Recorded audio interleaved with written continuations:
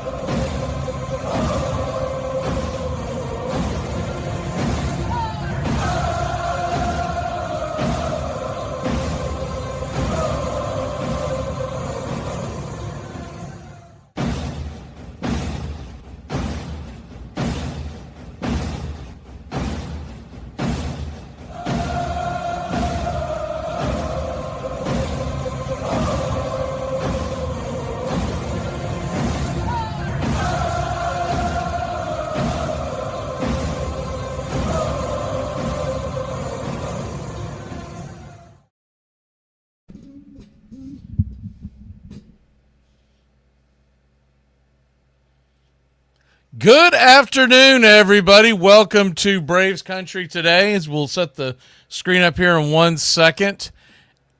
Hope you all had a good weekend. As we got through a little bit of a tough time. There's still more of that stuff to come, but it was good to get to see some folks, and we are ready now to take on the season, right? There's still another thing that'll happen later in the year, but there's no sense of getting bogged down in that right now. But pitch by pitch, play by play of your Atlanta Braves, where the aim is to bring you all 162. Things happen in life where you can't get them to them all, but that's the aim this year. It's not the in years past we were taking Sundays off. That's no longer the case. If we're not here, it's because it couldn't be avoided. So you can pretty much bank on the fact that we're going to be here for all 162. We brought you this will be number 19 preseason games if you count the 2 games in Tokyo, Japan as preseason spring training games.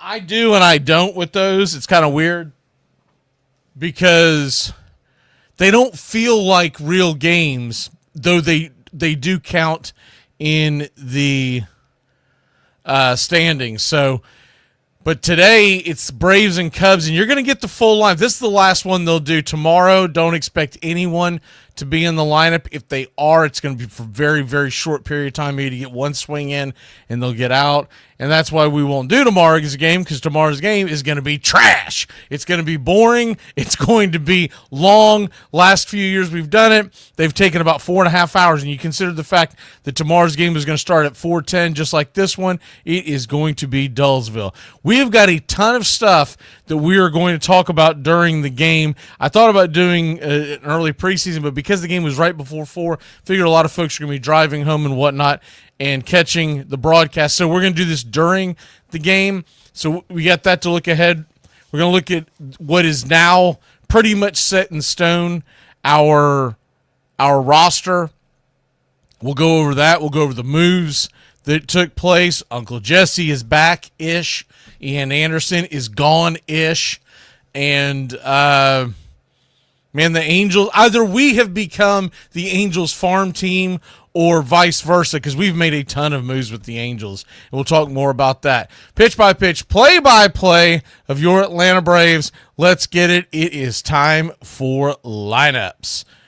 As in Schwellenbach, it is a Schwellenbach day, and we've got our starting lineup in there today. So there's no pulling of the punches. Let's go.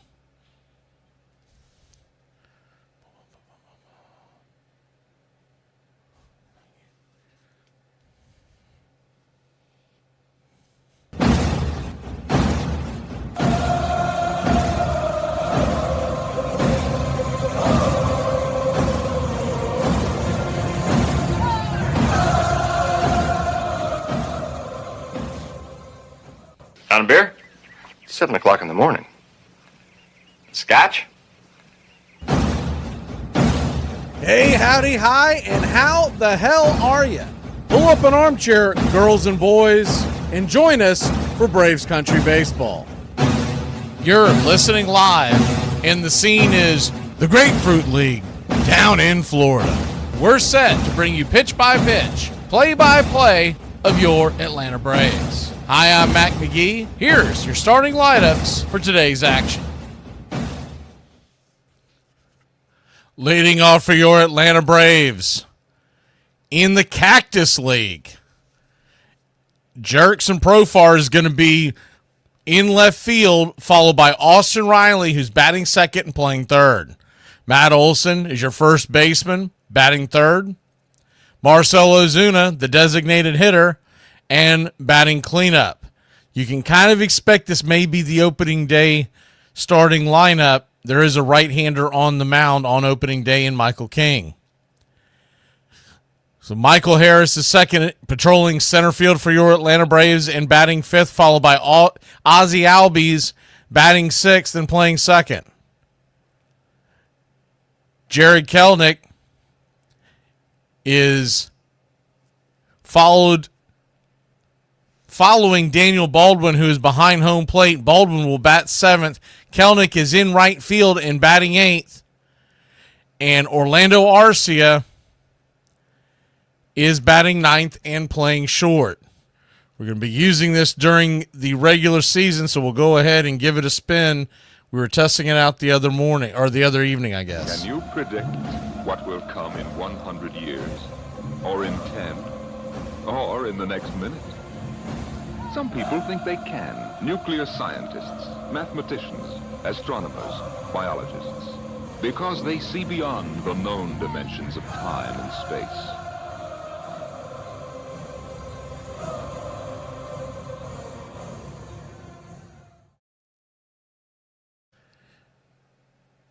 Our pick to click today will be Austin Riley.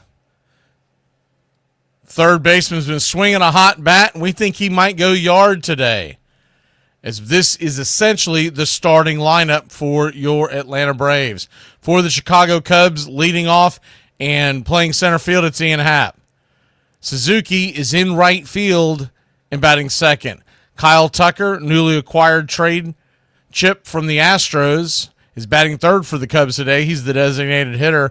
Bush is at 1st and batting cleanup. Turner is batting 5th and playing 3rd. Dansby Swanson is the shortstop and batting 6th. Kelly is behind home plate, batting 7th. Workman is in left field and batting 8th. And John Birdie batting 9th and playing 2nd. On the mound for your Atlanta Braves today, it is Spencer Schwellenbach. Schwellenbach has had one heck of a spring. His last outing, Wednesday night, it was right here on Braves Country Radio. He went 6 innings and struck out 10 New York Yankees. He's going to be going head-to-head with Brad Keller, who is expected to be more of an opener type. He'll go 1, maybe 2 innings, depending on his pitch count. His last outing, he went 1 2/3, gave it up an earned run against the San Diego Padres. That was back on March 21st.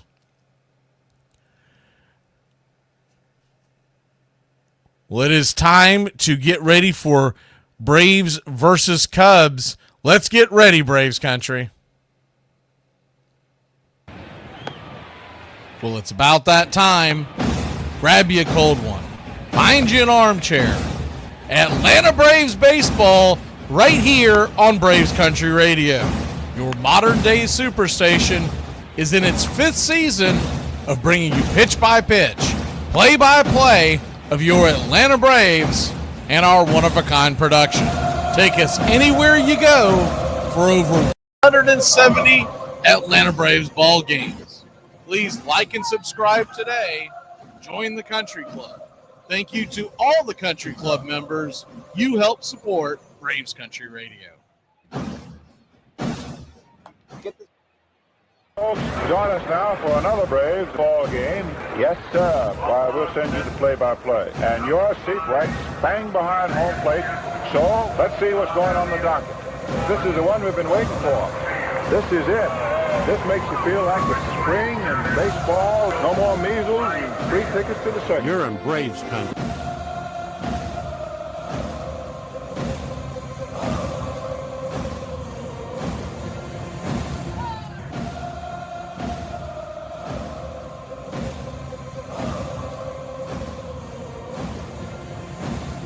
This is a reminder. Disorderly conduct will not be tolerated. Please respect your fellow fan and refrain from any unruly behavior. Failure to comply with these guidelines will result in ejection. Ladies and gentlemen, welcome. We direct your attention now to home plate. Please remain standing. We call your attention to our fans here today. They will be jointly directed. And now, another fixture. Our national anthem. Oh, say, can you see by the dawn's early light what so proudly we hailed at the twilight's last gleaming, whose broad stripes and bright stars through the perilous fight o'er the ramparts we watched were so gallantly streaming, and the rockets red glare, the bombs bursting in air, gave proof through the night that our flag was still there. Oh, say does that star-spangled banner yet wave o'er the land of the free and the home of the brave? Play ball!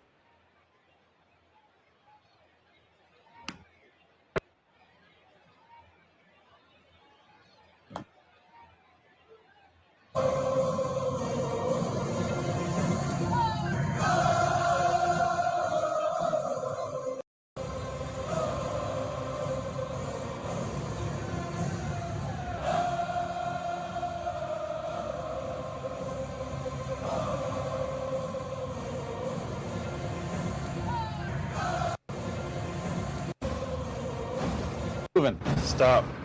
Join the country club. Thank you to all the country club members. You help support Braves Country Radio. Get this bus moving. Stop. Come back. Too late. Roll call! Yeah, roll call! You're in Braves country.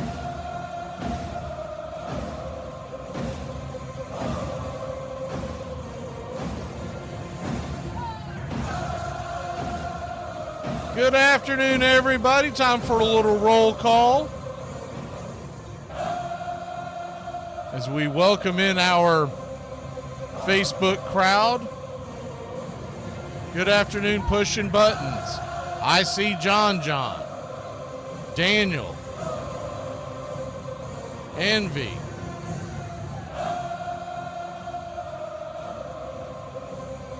Charlie, good to see you.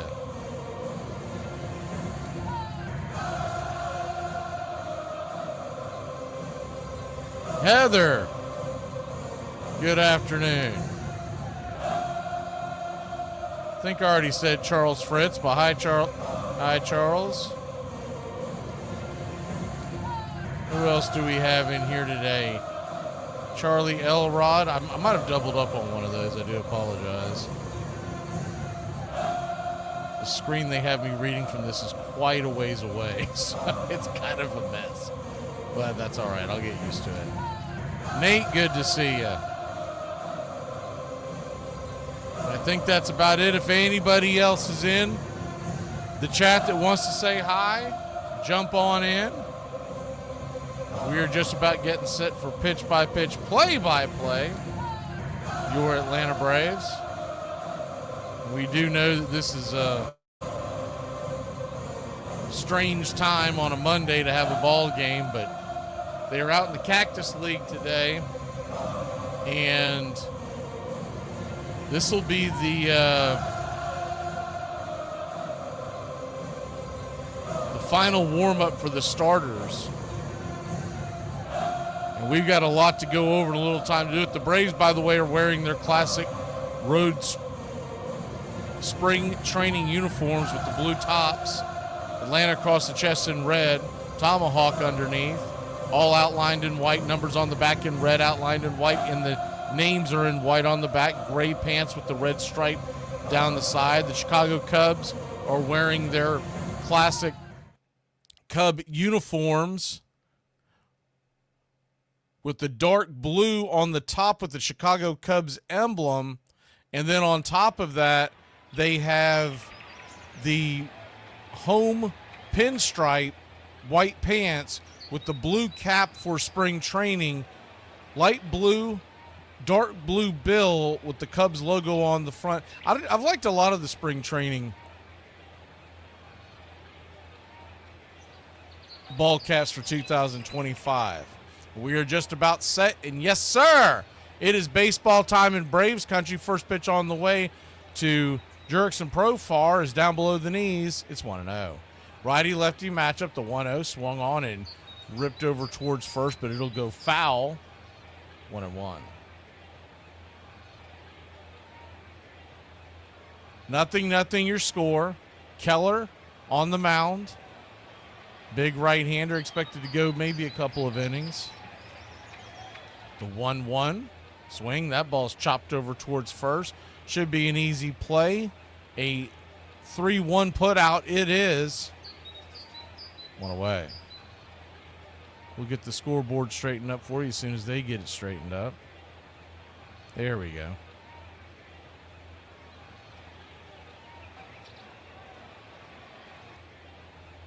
One down. Austin Riley coming to the dish.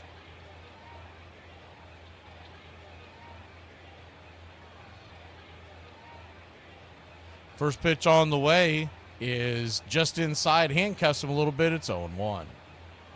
Opening day on Thursday, 4:10 first pitch. We'll have it right here. The 0-1.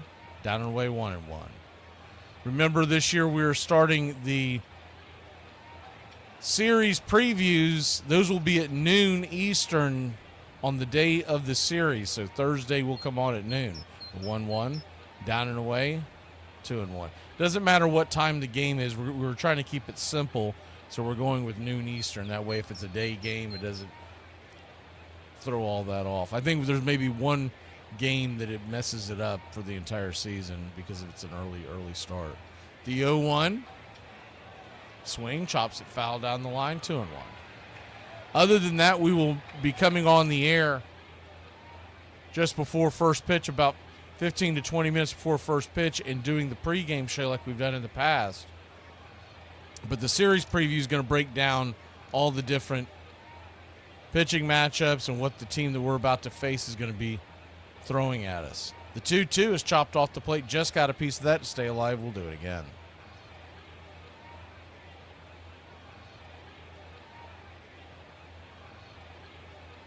So a 2-2 count. Tomorrow, noon Eastern, we're doing the 2-2, swung on, and that ball is bounced down the third base line, foul. Ball boy will scoop it up and flip it into the crowd. Tomorrow at noon Eastern, we're doing it live here on YouTube, the preseason show. 2-2 pitch, curveball, caught looking, strike three. Got to get your bat off your shoulders. Get ready for opening day, Riley. Don't start taking those. 2 away. We're doing it at noon Eastern, basically to give folks a couple of days, if they can't watch it live during lunch tomorrow, that they can check it out over the next couple of days. We're going to be previewing and doing predictions for the entire Major League Baseball. As the first pitch on the way to Matt Olson is right there for a strike. It's 0-1. World Series predictions, Cy Young predictions, MVP, divisions, you name it. The 0-1 chops it off the plate, 1-1. So a 1-1 count. Ethan says he has a question. Do you have to pay for two FanDuel Sports Network subscription for Forts? Is the 0-2 up top, misses high, 1-2. I believe what you're asking, Ethan, is you wouldn't have to pay for both because basically one is in your area and one isn't. And so when you get that subscription, it's based on where you are sitting locally. 1-2, down and away, 2-2. So a 2-2 count. Down and in, 3-2. They have it broken up that way because the reason why there's like a southeast and a south and all the different names is because on any given day you're going to get, for instance, is the payoff pitch, swing and miss strike three. We'll explain that when we come back, but there's a simple explanation for why they do it the way they do it. We'll be back in a flash here on Braves Country, Spencer Schwellenbach Day. Exes be like, but I gave you the world. You gave me depression and a yeast infection. Shut the up. Here are some baseball facts that you might not have known. There have been 4 times where a player to be named later was themselves. For example, in 2005, John McDonald was traded from the Blue Jays to the Tigers for a player to be named later. 4 months later, the trade was completed when McDonald was reacquired by the Blue Jays as the player to be named later. Hey Braves Country, this is Mac Magee with Braves Country Radio. We are bringing you pitch by pitch, play by play of your Atlanta Braves all year long. Please like and subscribe today. It's free, and it helps us bring you more of the game we all love. Braves Country Radio, your home for the classic call of Braves Country Baseball.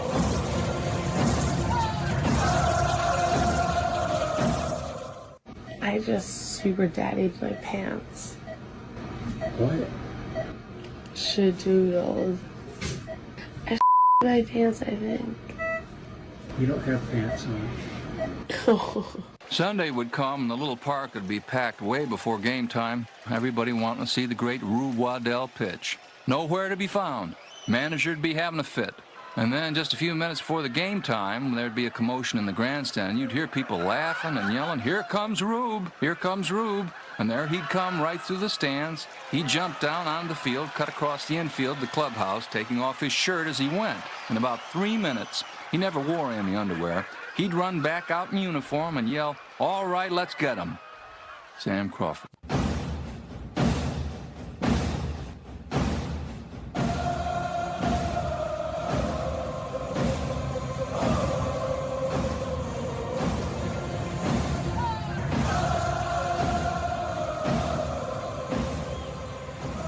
Welcome back. Spencer Schwellenbach goes to work. First pitch on the way. Fastball misses down and away. It's 0-1. Righty-lefty matchup. Schwellenbach kicks and fires. Fastball, P at the knees on the outer edge. 1-1. This would set Schwellenbach up to pitch the 3rd game of the series against the Padres. The 1-1, down and in, 2-1. In all likelihood. They haven't announced it, but this would set up, you would be Sale on Thursday, Ray Lowe on Friday, and Schwellenbach on Saturday. The 2-1 pitch is swung on, popped up. Lazy fly ball into center field, drifting over, making the catch is Michael the Hawk Harris. He does the salute to his fellow outfielders. 1 away.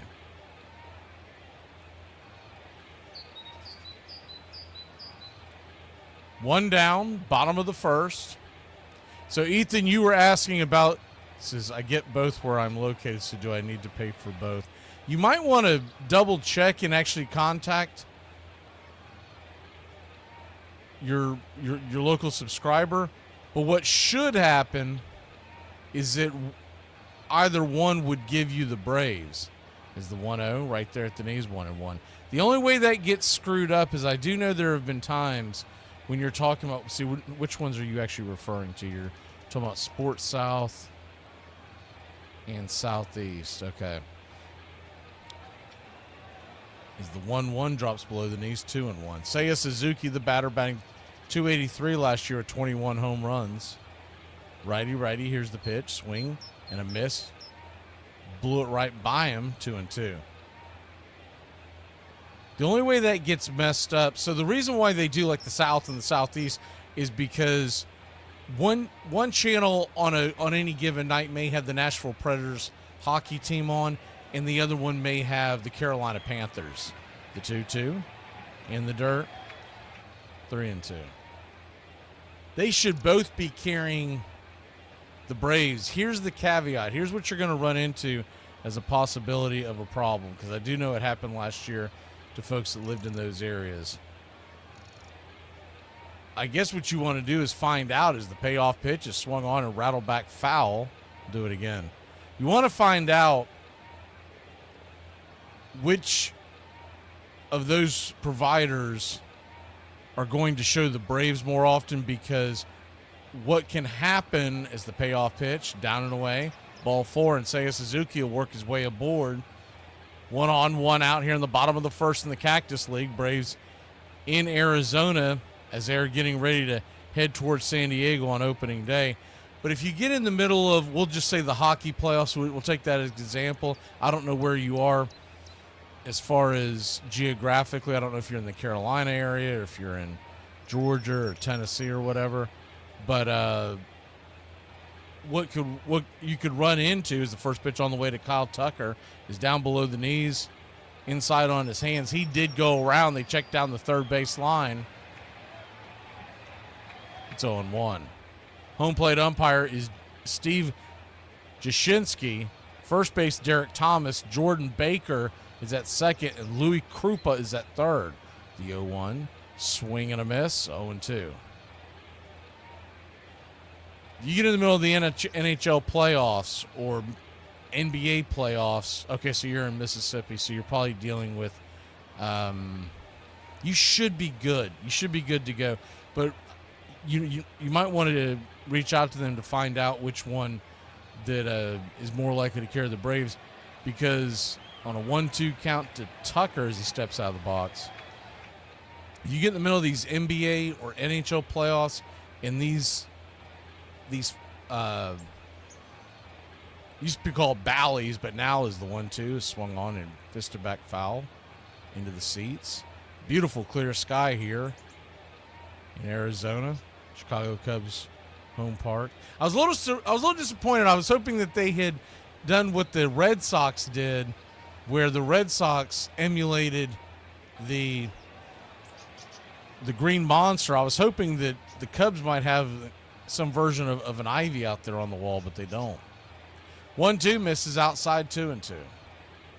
But what you could get into is, let's say that the Nashville Predators or Atlanta Hawks are playing a playoff game at the same time as the 2-2. Popped up high in the sky. Michael Harris drifts over, takes a few steps, not many. Lazy fly ball deep to center field, 2 away. Just short of the warning track. But you can run into a situation where they decide to carry the playoff hockey or basketball game in your area, and they don't carry the Braves. Because I do know that has happened in the past, and fans get irate, and rightfully so.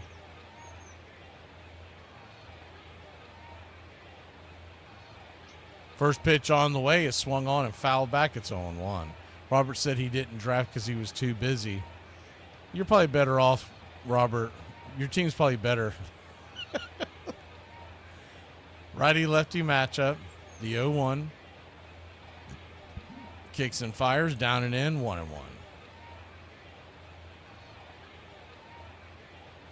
So 1-1 count.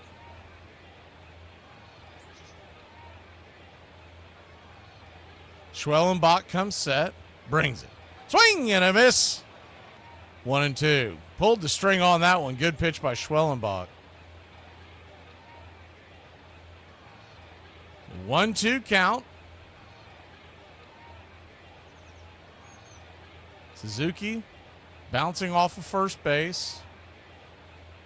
Here's the pitch. Swing and a miss, strike 3, and that'll end the inning.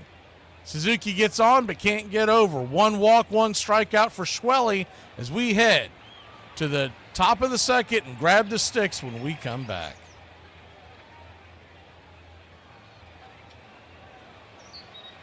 Like, okay, but I am so jealous of the girls who lose like 50, 100 pounds and they go from looking huge to looking like a completely different person.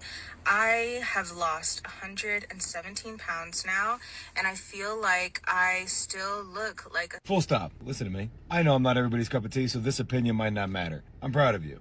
You lost a person in weight, you dork. You made a lifestyle change, not a weight loss change. Okay, weight loss was just the byproduct of better decision making. You're doing fantastic, by the way. Get fit, stay fit. You're doing great. Raines, who enjoyed a 23-year career in the major leagues. Our next left fielder played less than half that. In only 10 years in the majors, he had over 360 home runs and was elected to the Hall of Fame. He is Ralph Kiner. Ralph Kiner was a big, strong fella. Joined the Pittsburgh Pirates in 1946, first year after World War II concluded. Before the war, Ralph had never played above Double-A, but quickly showed why he belonged in the bigs. My second year in baseball, I ended up with 51 home runs. And thus began an unprecedented and still unmatched streak. Led the National League in home runs not only that year, but in each of his first 7 seasons. Remarkable accomplishment. It's another home run for Ralph Kiner. Kiner's 7-year stretch of dominance is one of the great peaks in baseball history. And the reason Ralph steered toward home runs made perfect sense. The home run hitters drive Cadillacs and singles hitters drive Fords. Most ball players were making very little money. The ones that made some money were the home run hitters. Kiner swings and sends a towering belt deep to left field. It's going, it is gone. With 369 home runs and more than 1,000 RBIs, Kiner stands amongst the most celebrated power hitters in baseball.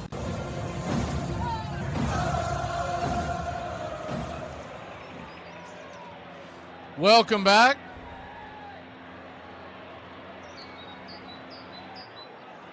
Righty-righty matchup. First pitch on the way to Marcell Ozuna. He takes a swing and lifts it high and deep into left field.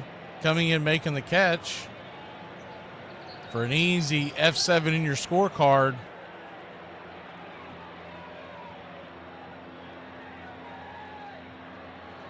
Workman.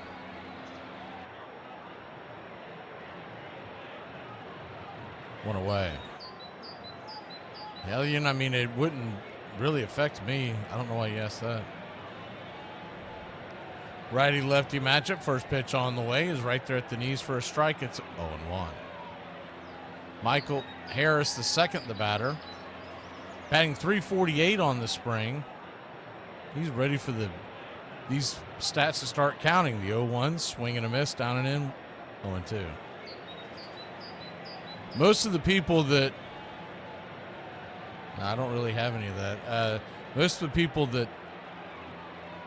Is the 0-2. Swing, rips it out to right field. That's going to get down for a base hit.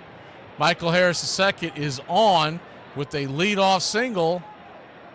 Excuse me, a one-out single. As we get rolling here in the top of the second. First base hit. Nothing really changes. You're just watching on a different outlet. Most of the folks that come to this channel listen to the broadcast and pair it with whatever they're watching.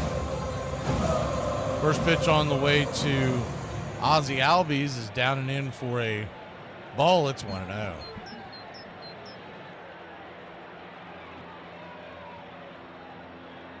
The 1-0. Kicks and fires. Swing. That ball's ripped into right field. That's going to get down for a base hit. That's going to put Ozzie Albies on first base. And Michael Harris is flying around second, heading to third. And we got runners on the corners, one away. I mean, pretty much nothing realistically changes. You're either watching it on... what is it called now? FanDuel, or you're watching on the MLB app and you're pairing it to our broadcast. Because most of the people that are in here tend to just prefer the play-by-play here and all the stuff that we do on the channel with the production and whatnot. First pitch on the way to Daniel Baldwin is right there for a strike. It's 0-1. The 0-1. Down and in, 1-1.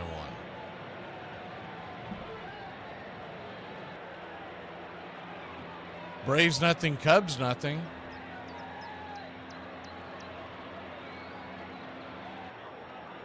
The 1-1. Down and in. Did he go around? They're going to check down the line. He did not. Good hold up there by Baldwin. He is a very picky hitter. I really like watching this kid hit. I think he's going to be a problem for anyone who thinks that they're going to send him back down when Murphy comes back. I know they would like to have him continue. The only thing that would happen to Baldwin is if he struggled out the gates, they would send him back down. But if he's hitting the way he's been doing it all spring, as the 2-1 pitch is swung on, that ball smoked into right field. That's going to get through. That one run will score. Ozzie Albies will easily cruise in to third base. We've got runners on the corners and one away.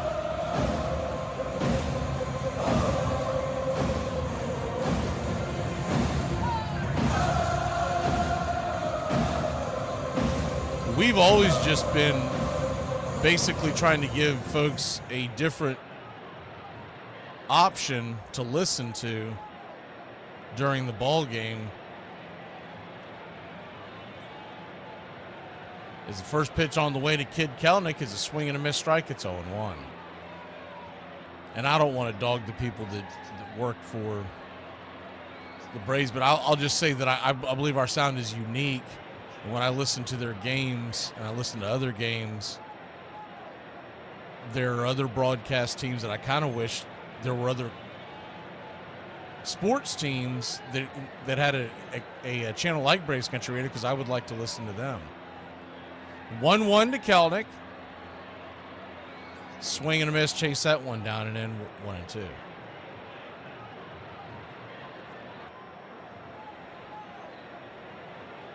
I was listening to the Mets were playing the Yankees today on MLB Network, so it automatically came on when I turned on the app. So I'm listening to it, and I'll tell you what, that was dull. And I thought about flipping over to the Yankees broadcast, but I really didn't want to go through all that, so I just kind of left it on and muted it. So the 1-2 pitch is swung on, chopped over to second, bangs it over, going to try a 4-6 3-double play, but Kelnick's speed will beat it out. And your Atlanta Braves take a 2-0 lead with Ozzie Albies crossing home plate. It's going to be a really difficult play to make. There was a long throw from second. Dansby Swanson got it out of his glove as quick as he could. But Kelnick was crossing the base as he was letting go of the ball. 1 on, 2 out. First pitch on the way to Orlando Arcia, who is batting ninth today. I would like to point that out because we've been wondering where is he going to bat during the regular season, because we've seen him up as high at 5th or 6th here in spring training. But he is sitting at 9, where I kind of expect him to stay. The 0-1, down and in, 1-1. I do think they're going to play the games of riding the hot bat in the bottom of the order. So if Arcia gets hot out of the gate, you could see them moving him up to 8th or 7th. The 1-1, swing and a miss, 1-2. I would prefer to see them keep it the way it is, because when he gets hot, a lot of it is just blind luck. He doesn't have a great approach at the plate, and he swings wildly like he just did at that pitch. And I would rather have him batting ninth than anywhere else. The 1-2 swung on, foul back out of play. The only thing that hurts you is when he gets on, he does clog up the base paths, because the top of the order, you're going to have Profar at the beginning of the year, and then you expect to have Acuna and then Profar when Acuna comes back in hopefully May. The 1-2 pitch, swing, lifts it into right center field. Drifting over, making the running catch in right field for the Chicago Cubs is Suzuki, and that'll end the inning. Braves put 2 on the board. It's 2-0 Atlanta when we come back here on Braves Country. Conservative white people, they cool. It's you liberal white people that make my itch. Did you get a private message from me recently? No, you did not, because I don't send private messages to complete strangers, especially when they're men, especially when they're men that are 20 years older than me. So there's no need to message me on this account, my only account, by the way, to ask me if that was me, because it wasn't me. Because I hate small talk, so I am never going to go out of my way to do that with a complete stranger. So I'm not playing hard to get. I don't want to talk to you. I mean, I talk to myself enough, and it is exhausting, you know? What's this $300 charge to Home Depot? What? What's this $300 charge to Home Depot? I can't hear anything you're saying. Maybe it's this chair. Here, switch seats with me. Babe, how come we have a bill from Banana Republic? What? Nordstrom's. When did we ever go to Nordstrom's? That's Why do we have so a bill weird. from... You really can't hear anything in this chair.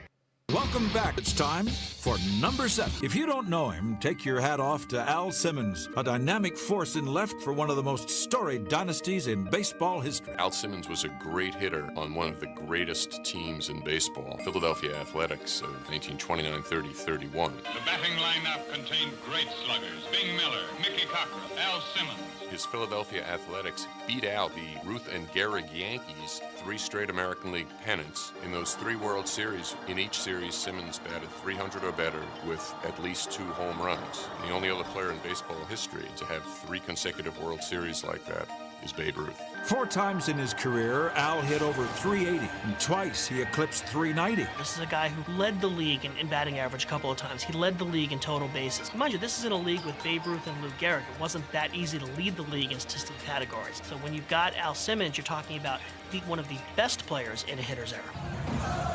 Welcome back. Schwellenbach fires the first pitch. P at the knees at Justin Turner. Been a little bit all over the last few years, but mostly known as Los Angeles Dodger. The 0-1 swung on, foul back out of play. 0-2. Doesn't have quite the long mane and the long beard as he used to, a little more trimmed up. I guess maybe he's thinking he could be traded to the Yankees at one point. The 0-2. I see your question, Ethan. 1 second. The 0-2 swung on, chopped over to short. Arcia throws a laser beam over there to first on a 6-3 putout. 1 away. I don't have a lot of high hopes. I mean, look, we all hope for the best when you get someone in a trade. But Jose Suarez, to give you an idea, so the reason why he's going to make the team is because he has no options. But I would expect him to only be in a long relief situation. As the first pitch on the way to Dansby Swanson is a bullet right down Broadway. It's 0-1. Righty-righty matchup.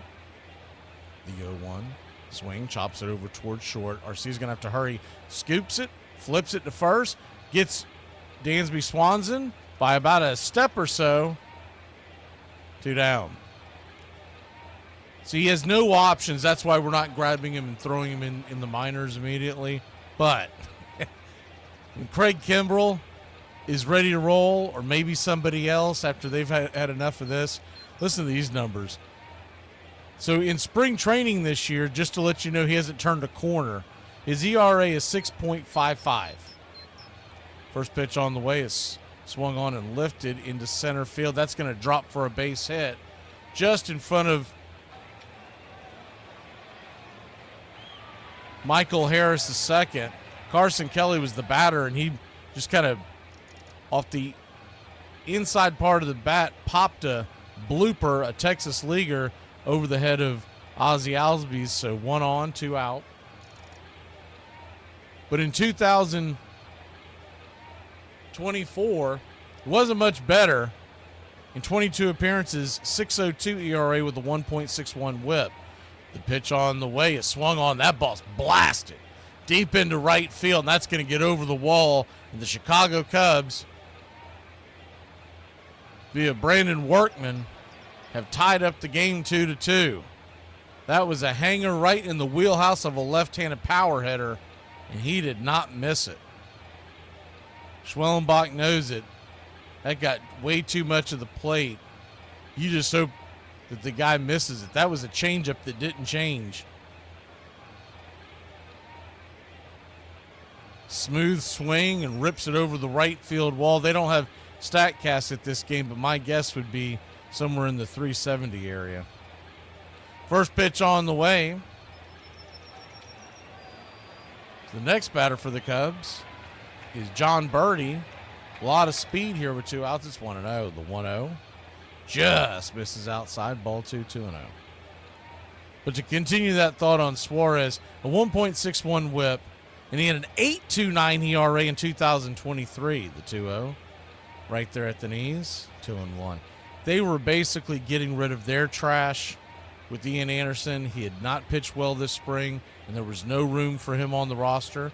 As the 2-1 is grounded over to short, Orlando Arcia grabs it and fires it across the diamond, and that'll end the inning.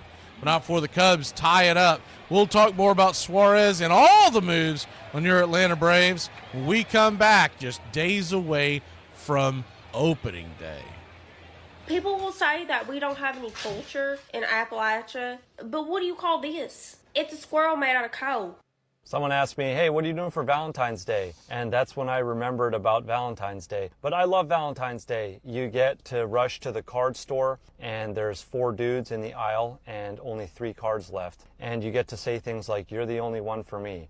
And she's like, we're married, so yeah. And when you're dating, you get to find out whether you're still in a relationship or not. And when you're married, you get to find out if you're going to sleep on the couch or not. And you get to eat dinner at 4:30 p.m.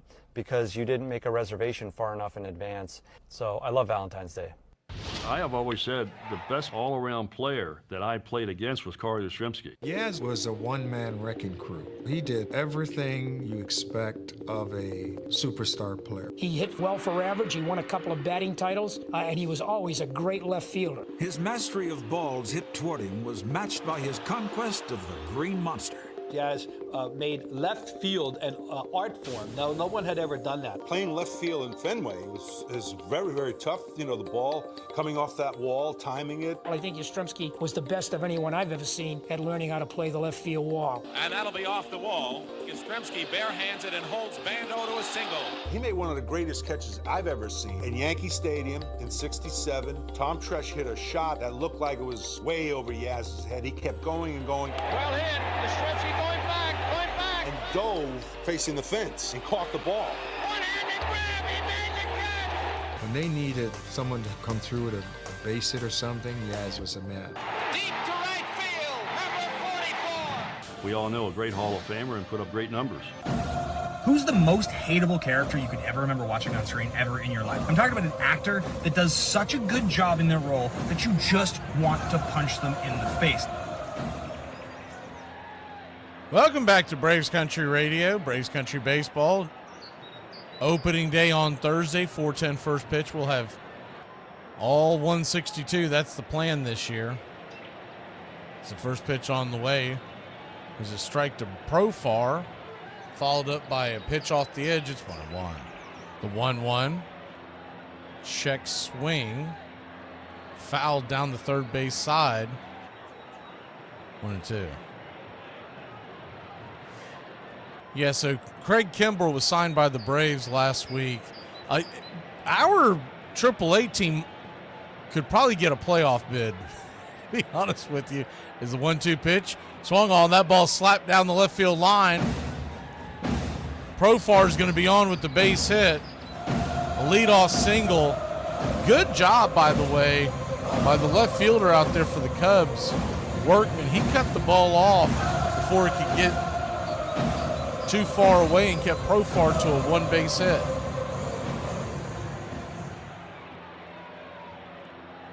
But my guess is this: they didn't want to waste an option on a younger player. So Santos, or what did I say, Santos? Suarez is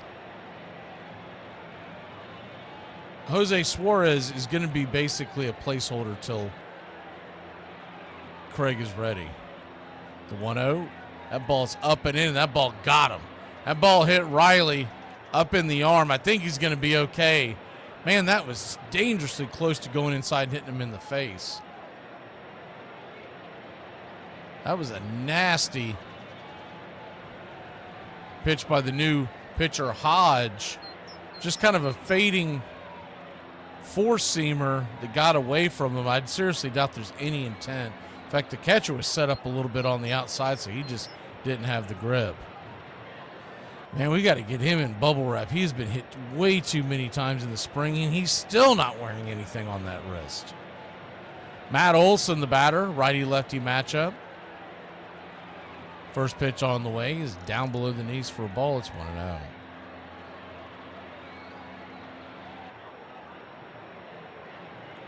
The 1-0.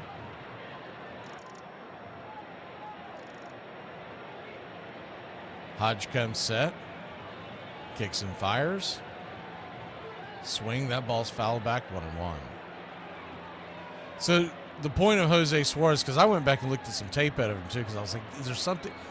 He does have swing and miss stuff, but his whip is ridiculously high. He walks a lot of guys, and that's a problem. And he's getting a high batting average on him too. The 1-1, did he go around? He did, 1-2. Bender down around his ankles. Olsen couldn't lay off. So 1-2 count.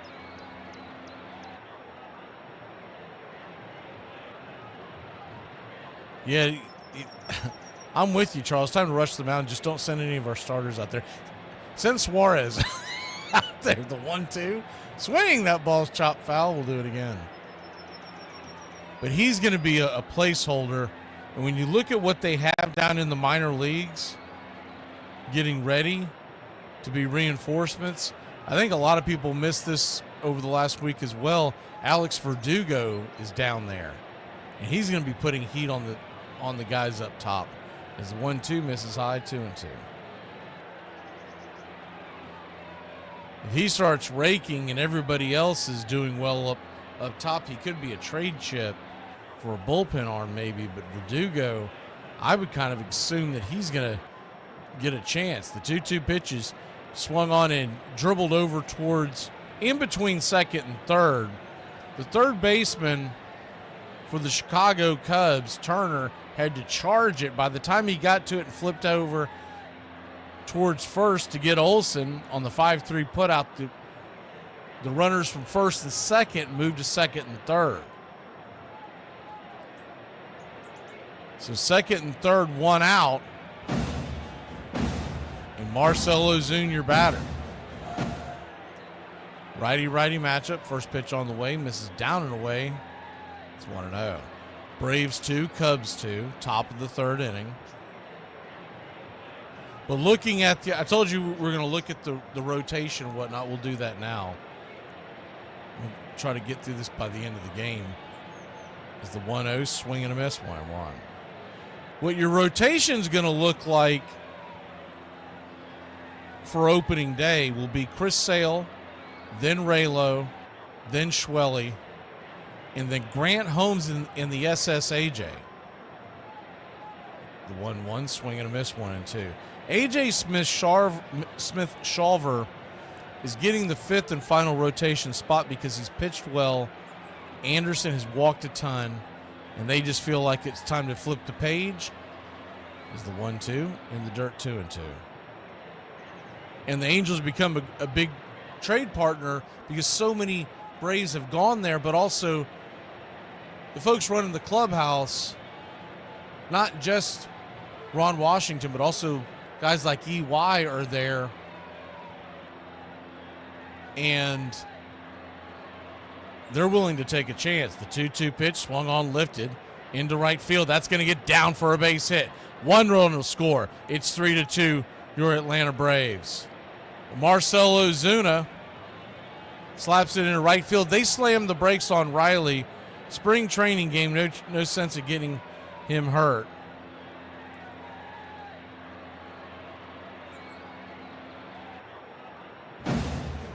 So runners on the corners, one out. Hodge is on the ropes here. Michael Harris, the second, digs in.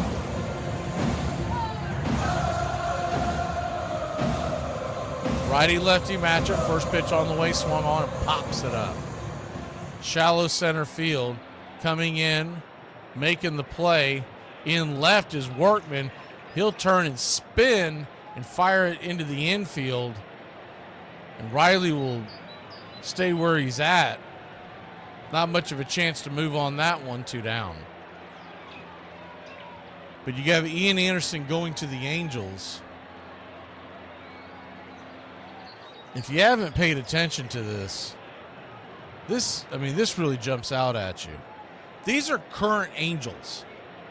Travis d'Arnaud, Jorge Soler, Kenley Jansen, Ian Anderson, and Angel Perdomo. As the Pitch on the way. That ball's going to bounce off the plate. That's going to roll away, and Austin Riley's going to come home to score. And your Atlanta Braves, via the wild pitch, make it 4-2. Runner from first heads up to second. Marcell Ozuna now in scoring position, and it's 4-2 Atlanta. Also, Ron Washington is the manager.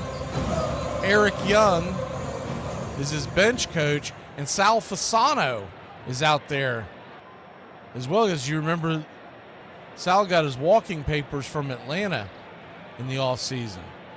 And the general manager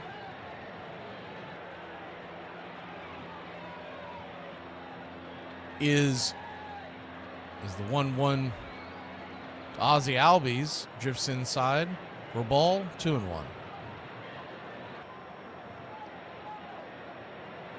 Perry Minasian came up with AA in the Braves organization. So that whole team out there is basically, it's not baby Braves, it's really more senior country.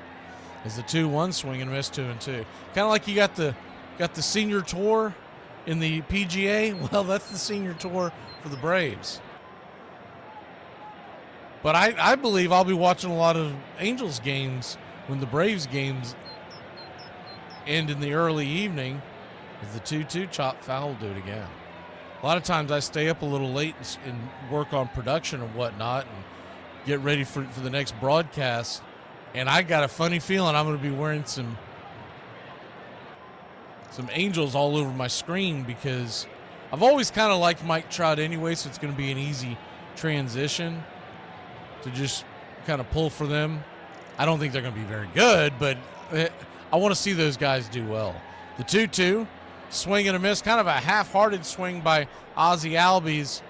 He asked home plate umpire if it was a strike. It was. That'll end the inning.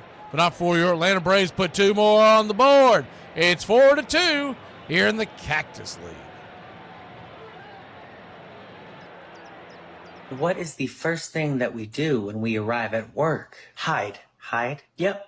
Why? Because good workers are hard to find. Dad. Yep.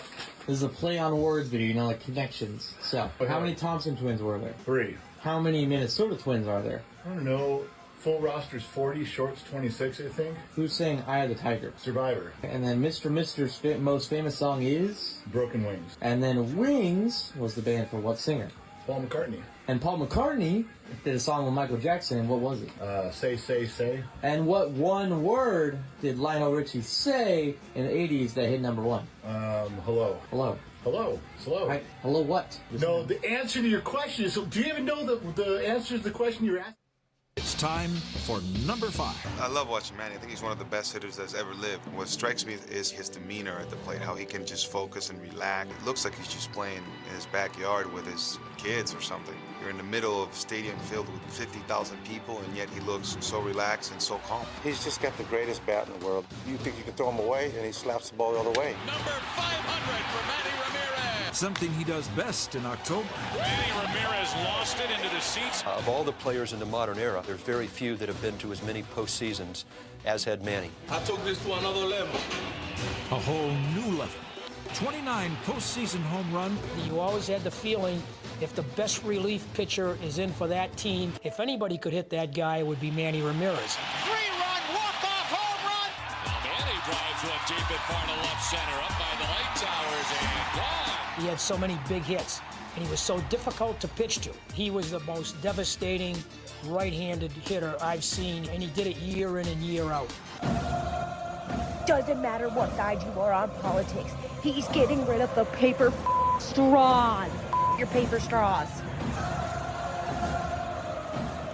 Welcome back. Schwellenbach goes back to work. First pitch is a soft one on the outer edge. It's 0-1. The 0-1 down and in into the dirt. Misses. 1-1. Ian Happ, the batter for the Chicago Cubs. Leadoff man for the Cubbies, who have started out 0-2. Such a strange thing to put a team out there to Japan, play 2 games as the 1-1s right there for strike 1-2. So you get into game mode, season mode, and then you send them back to the States and have them play spring training games for a week. 1-2 in the dirt, 2-2. I don't understand why Major League Baseball doesn't do that series on the weekend before opening day. So like Saturday, Sunday type of thing, right? The 2-2 swung on and lifted. Deep center field. That ball's going to get over the head of Michael Harris. He lost it in the sun, and it'll be a leadoff double by Happ. Normally, Harris would probably corral that, but he definitely lost it in the sun. He got to the warning track and put his glove up so he didn't get bopped in the bean.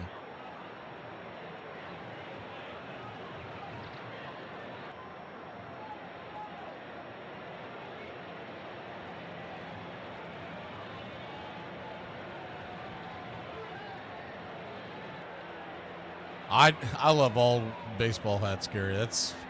I have a ton of minor league hats. First pitch on the way is right there for a strike. It's 0-1. Righty-righty matchup. Suzuki walked in the first inning, his first time up. 21 home runs last year, the 0-1. Misses inside 1-1. I love minor league hats, especially like the weird ones, because it really throws people off. In fact, we went grocery shopping this morning before the broadcast of the 1-1 right there for a strike 1-2, and I had one of my favorite ones.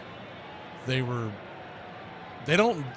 make them anymore, but it was a team out in Las Vegas, and their moniker was based off the Area 51s, so they were called the 51s. As the 1-2 pitch misses inside 2-2. So on the whole idea, aliens and all that kind of stuff. So he's just a blue ball cap with an alien head on the front. I get weird looks. I'm sure people think I'm some kind of conspiracy theorist or whatever. The 2-2 misses high, 3-2. So a full count. Runner at second, nobody out. Schwellenbach's at 42 pitches. So yeah, Grant Holmes is going to get the fourth start. Smith Shawver the 3-2. Swing and a miss, strike 3. Threw a frisbee slider up there. Bit of a hanger. Schwellenbach got the strikeout, but he did not like the pitch, you can tell.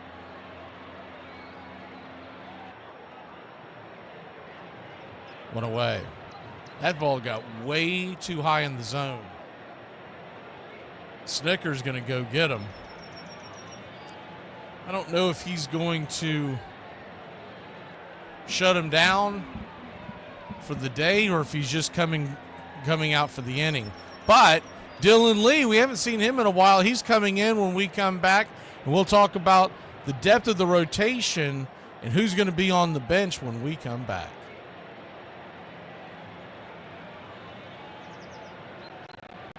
Hi, y'all. It's time for Appalachian Word of the Day. The word of the day is annihilator. We were stuck in traffic, but we ended up getting there an hour later than we thought we would. What do you want me to change your name in my phone to? UPS driver or thief? Neither. Why would you even want to change my name to that? Because either way, you're taking this package tonight. Did you think that was going to work? Well, yeah. Really? Did it work? No, that didn't work. I was trying to be sweet. That was sweet? Yeah. That was sweet. Really? That was your way of trying to romance upstairs. me? First of all, that's not good enough. Where'd you get that from? You got that from TV? You got that from TikTok? That was the lamest pickup line I've ever heard, 1. 2, it's not going to work. It's not going to work on me, at least. If it works on somebody else, that would be a miracle. So it didn't work? No. I thought it was clever. So you're not getting any packages? No. When I say I'm pre-gaming before I go out, what I actually mean is I'm taking a nap and hoping somebody cancels before I wake up. Leading off, number 24, Rickey Henderson. Let me first say that he's the best leadoff hitter of all time, without a doubt. He was made to play baseball. He had all the tools, just an incredible physical specimen that used his talent to the max. With a record 81 leadoff home runs, the most runs scored. I think a lot of players, steal a base and then they get caught. They get the fear to run again. You got to take the fear out. And I don't think that we'll ever know how great this guy was unless we ask Rickey Henderson. Today, I'm the greatest of all time. Thank you. All right, your Major League Baseball commissioner for a day. You can change anything about today's game. What are you changing? Welcome back. First pitch on the way from Dylan Lee is banged over towards first base, but foul. After the 1-0 count, they just came back from the break. It's 1-1. It's always a little sloppy in the spring with the broadcast, but I've learned to not get so irritated by it. The 1-1 from Lee, lefty-lefty matchup. Kyle Tucker, fastball. That looked like it hit the edge. That was a good pitch, but didn't get the call. 2-1. Tomorrow, 12 p.m. Eastern, the preseason show. We're going to do all the predictions for both the American League and National League, and is the 2-1 right there at the knees, 2-2. And Cy Youngs, MVPs, who we think is going to make the playoffs in both leagues. So the wild card predictions, we're going to do it all. It's usually a lot of fun. The 2-2, swing and a miss. Strike 3. Looked like just got in on the inner part of his hands. Looked like his soft slider. 2 down. Good pitch by Tucker. You almost wonder if Snicker wanted to see what Dylan Lee could do against the middle of this lineup with the Kyle Tucker, because I believe that he's going to be our lefty setup. He's basically going to be our A.J. Minter, as Minter's moved on to the Mets. First pitch on the way is down and away for a ball. It's 1-0. Rookie of the year, yeah, we'll do that too. The 1-0 swung on and sliced back foul. Nick Allen would not be eligible for Rookie of the Year. He's been in the league for a hot minute. 1-1 count. We'll also give you the best Braves prospects to keep an eye on down on the farm. The 1-1 right there, first strike, 1-2. As far as the Braves, so we went over the rotation, and as far as what the lineup will look like, you kind of see it today. Drake Baldwin, we'll just call him the starter for now. Is the 1-2 swing, the setback foul. Do it again. Chadwick Tromp's going to be your backup catcher. Sean Murphy is expected to be back in the next few weeks. He started baseball activities yesterday, swinging the bat and all that. The 1-2, that ball's lifted foul again. Obviously, the infield is Olsen, Ozzie, Riley, and Arcia. Your backups on the infield will be Nick Allen and Eli White, as Eli has been playing all over the infield. The 1-2. Caught! Looking strike 3. He got caught watching the paint dry. Fastball right down the pipe, and that'll end the inning. Braves lead at 4-2. We head to the top of 4 here in the Cactus League.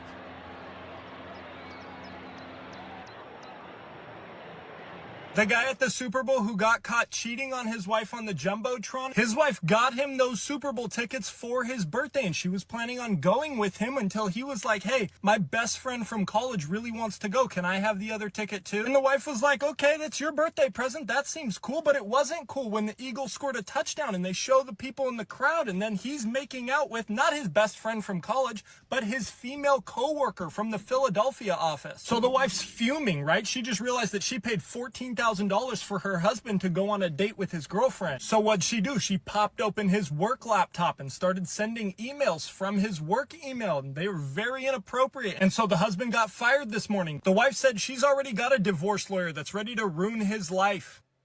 There are generations of fans who never got to see just how good Stan Musial was. We've sort of lost an image of Stan Musial. Became more of kind of a funny old guy who would show up and play the harmonica on Old Timers Day. And there it goes. A home run over the right field screen.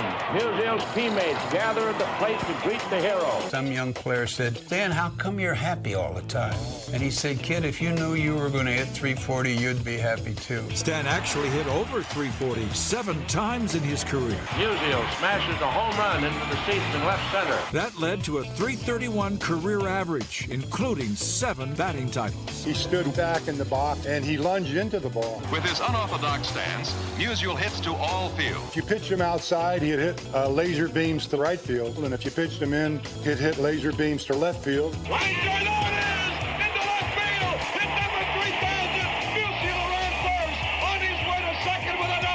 Musial wound up with over 3,600 hits and was regarded pretty well as the preeminent hitter in the National League during most of his years.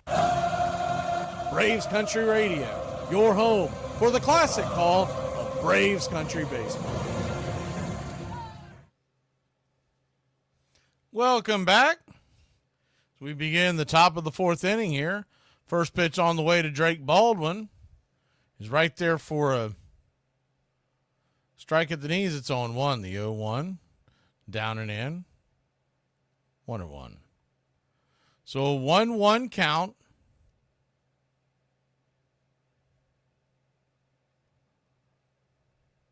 Here's the pitch. Down and in, 2-1.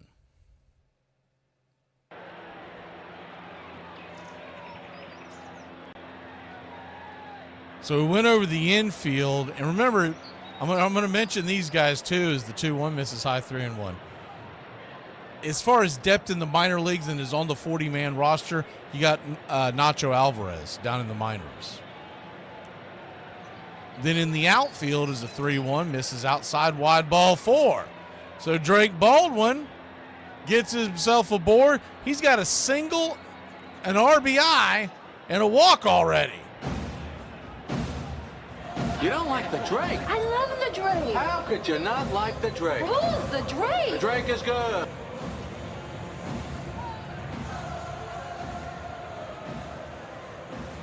So as far as the outfield is concerned, first pitch on the way is a swing and a miss strike.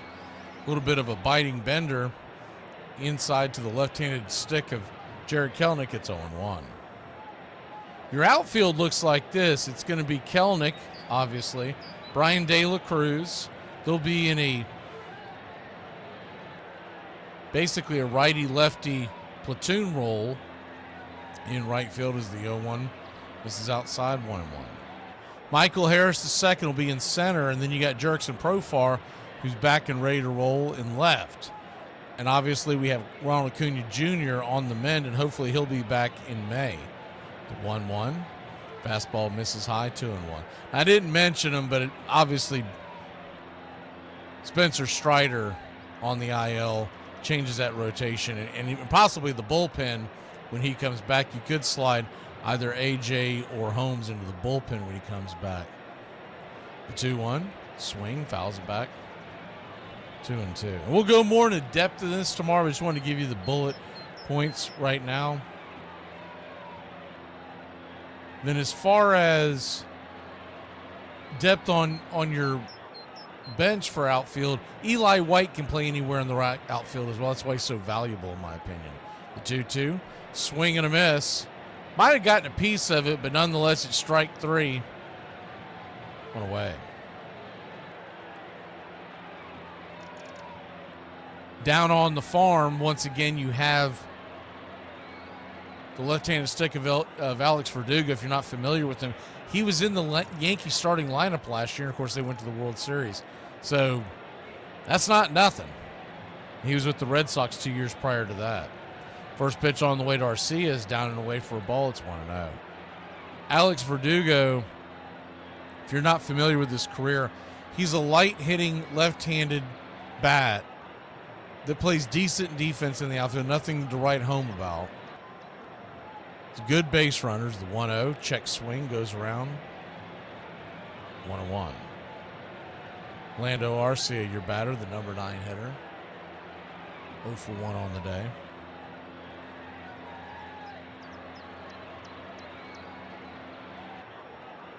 1-1 count.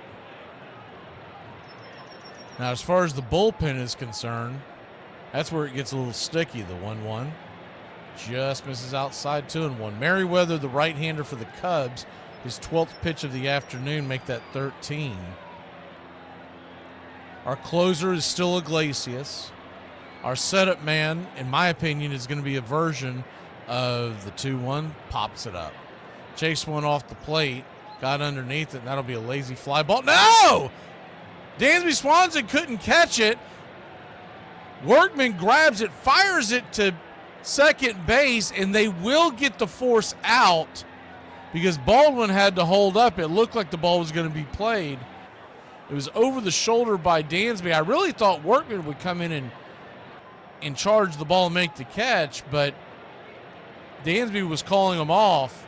Nonetheless, it's going to be an out. Really, it's worse for the Braves because Baldwin has better speed, is a better base runner than Arcia. So runner at first, 2 outs. First pitch on the way to Profar is inside for ball. It's 1-0. He had to jump out of the way. The bullpen, you got Iglesias as your closer, and then it'll be Pierce Johnson, Daysbel Hernandez, and Dylan Lee, along with Aaron Bummer as the back ends. 1-0, right down the pipe. First strike, 1-1. Enyel De Los Santos and Suarez are more likely to be seen earlier in the game. And you got Hector Neris, who could, if he's pitching well, you could see him in the 7th, 8th inning. If he's not, sixth inning plus. The 1-1 chops it foul, 1-2. And when Craig Kimbrell is of health, you got to expect at that point Suarez is the odd man out. But hey, if he's pitching well and someone else isn't, then they'll toss somebody else. The 1-2 in the dirt.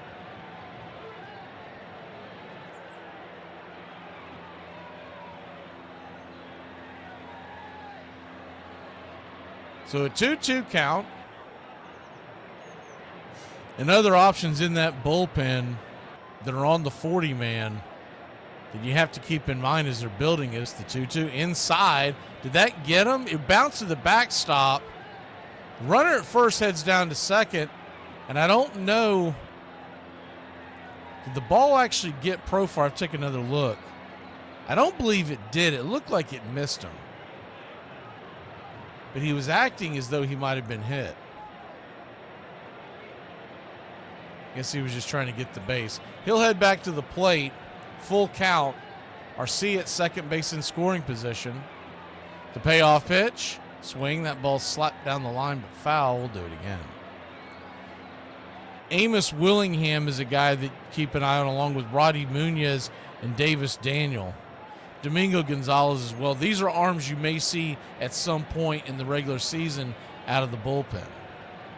The payoff pitch, swing. That ball's ripped over towards first, but it's an atom ball to the first baseman, Bush. He'll flip it to Merriweather covering the bag, and that'll end the inning. Braves lead at 4-2. We head to the bottom of 4 here in Cactus Country. Hey, PlayStation, look at me. Young black man on the corner selling drugs, and it's all your motherfucking fault. Fix your People often ask, what's the best way to deal with a driver that doesn't use their turn signal? Well, I'm going to share with you the one sentence I use that works every single time. Which way you gonna go, ho? Babe, I bet you cannot tell me something that makes me happy and mad at the same time. You're a better kisser than your best friend Brooke. What? When did you kiss my best friend Brooke?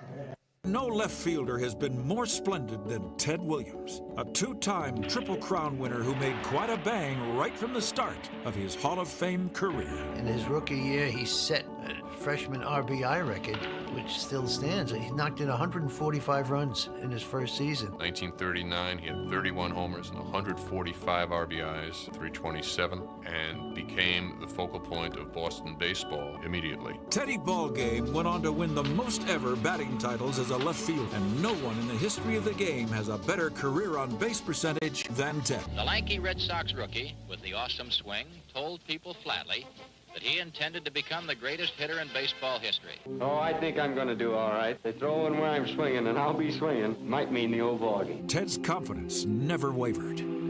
Not even on the final day of the 41 season. They were playing a doubleheader against the Philadelphia Athletics, and Joe Cronin, the Red Sox manager, said, Ted, you've got it. I think if I were 10, I would sit out today. Joe Cronin came to me and he said, Ted, you don't even have to play today. He said, officially, you're 400. I said, hell no, Joe, I want to play. And Williams came out hitting, went 6 for 8 on the final day of the season, finished at 406. Nobody has hit 400 since. Why is the internet not working? The same reason you're not working. Did you turn off the internet? Maybe. Turn it back on now! No. Mom! Welcome back. Speaking of De Los Santos, he will come on for the Atlanta Braves to start here at the bottom of the fourth. Right-hander. Flips it outside. Wide for a ball. It's 1-0. The 1-0 to Turner. Braves 4, Cubs 2. The pitch. Swing. That ball's lifted into center field. It's going to get down for a base hit. And it's a leadoff single for Justin Turner and the Cubbies.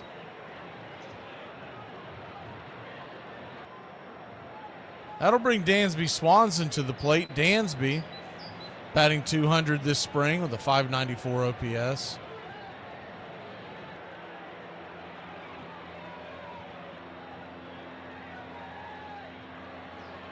Remember, everyone thought the sky was falling when the Braves didn't re-sign him. First pitch on the way is up top. Misses high, it's 1-0. And though he's still a better hitter than Orlando Arcia, he only hit .242 with 16 home runs last year. Considering he plays his home games in Wrigley Field, is the 1-0, down and in 2-0. And plays in the NL Central, which has some hitter parks in there, like Cincinnati and whatnot. That's not the bang for the buck the Cubs were expecting when they signed him. 2-0 count. Fastball, fisted back foul, 2-1. Now, and he was a fan favorite, and I hated to lose him, but I understood it. And when you saw the contract that he turned down from Atlanta and then went, it's about $50 million higher to go to Chicago. You sometimes just got to tip the cap and say, man, good luck.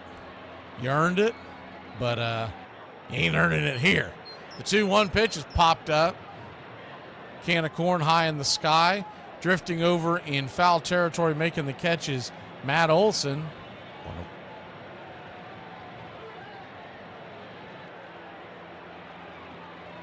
One away. 1 on, 1 out. If you're watching the Gray broadcast, they don't have Turner on first for whatever reason, but there is 1 on, 1 out. I've already noticed Gray Media, I think they might have been coupon clipping when they hired their production team. First pitch on the way is right there. First strike, it's 0-1. It may get better come regular season, but whoever's running it during spring training, not 100% sure if these people know baseball. The 0-1, right there for a strike, 0-2. So an 0-2 count. We've got the on this date video today. We're going to run 2 of them because originally, before the passing of our family member that took us off the air on Saturday, we had 2 that were supposed to run, so we'll run them both for you today. The 0-2 swung on and fouled back. 1-2, or 0-2, excuse me.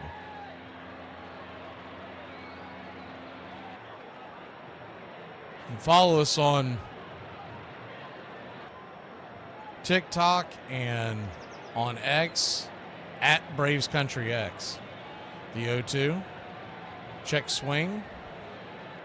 Kind of an excuse me check swing by Kelly.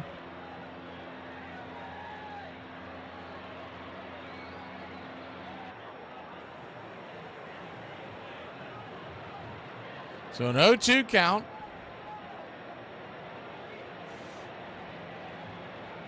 Righty-righty matchup.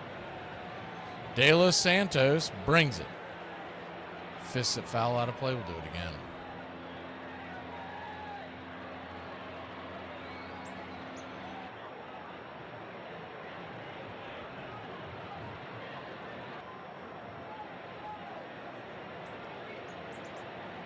Braves 4, Cubs 2, bottom of the fourth. De Los Santos taking his time as he lifts the glove, stares in. Here's the pitch. Swing, fouls it back. We'll do it again. I suspect De Los Santos will be the guy you see around the 5th or 6th inning. He could do some long relief. Probably more of a 1, maybe 2 inning guy. Suarez is probably the guy because he does have some starting experience. He's probably more the guy that'll go out there if the game's out of hand, the 0-2. Right there at the knee, strike 3. Got him with the changeup on the inner cut. 2 away.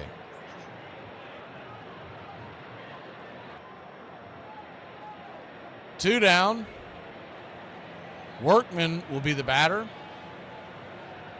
He's 1 for 1 with a home run, 2-run shot that tied up the game. He could do that again right now. You got a runner at first, 2 outs.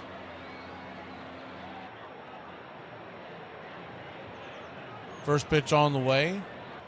Fastball, swing and a miss. Up top, it's 0-1. Braves 4, Cubs 2, bottom of the fourth. The last real warm-up game before opening day. Tomorrow you're going to get nothing but the backups from about the 2nd inning on. The 0-1 in the dirt, 1-1. We will not be doing that game tomorrow. Talked about it before as the runner at first heads down to 2nd into scoring position. That game typically takes about 4.5 hours to get through. It is brutal. And by the end, it could be a little different for the Braves tomorrow, but I doubt that they're going to keep the starters in very long, because even though you would have had to put a bunch of them on the plane, you're going to do that before you get these guys wore out before opening day. The 1-1 chops it foul off the plate. 1-2. Mainly the pitchers as well. There's no way they're going to put many of the pitchers out there in harm's way, because they're going to want them to have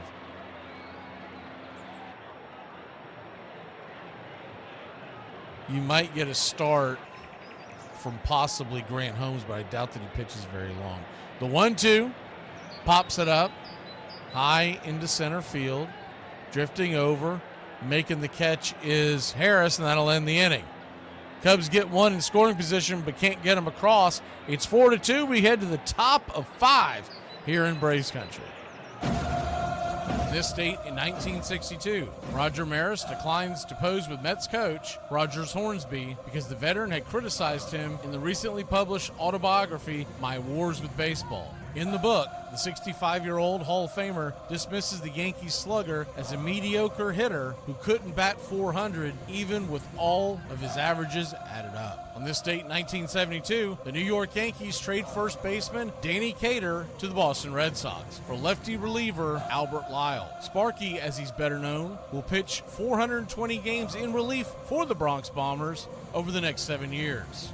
With a 57-40 record, and a 2.41 ERA, notching 141 saves as he helps the Bronx Bombers appear in 3 World Series. And on this date in 2005, Giant slugger Barry Bonds, who is 11 home runs shy of passing Babe Ruth on the all-time list, indicates he may not play this season. Implicated in the sports steroid scandal, the 40-year-old NL MVP cites being physically and mentally done, blaming the media for his unhappiness, declining to take responsibility for his transgressions. And that's your Braves Country Radio on this date in baseball history. Find us on YouTube and Facebook today.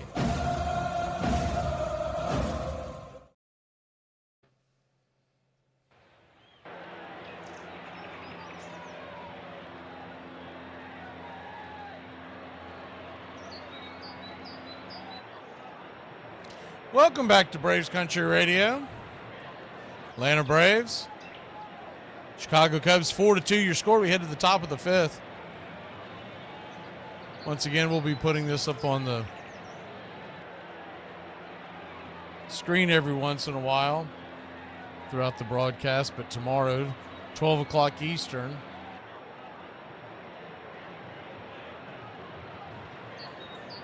we're going to have the preseason show. First pitch on the way is a swing and a miss strike. It's 0-1. Kind of what we touched on on a little while ago. We'll go more in depth on that, and then we'll talk about all the other teams in in the division as Ryan Brazier comes on for the Cubs. The 0-1 to Riley is swatted down the left field line. That's going to get down for a base hit. That's going to get down where the green grass grows. Here comes Austin Riley, trucking around first, heading to second, and it's a leadoff double for your Atlanta Braves.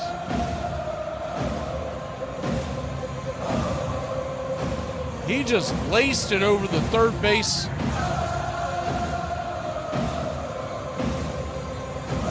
side of the Chicago Cubs. Turner leaped as high as he could go. Maybe a few years ago he gets that ball down or gets it deflected, but instead, runner at second, nobody out. First pitch on the way to Olsen, way up high. Pitch out territory, just a bit outside. It's 1-0. The 1-0.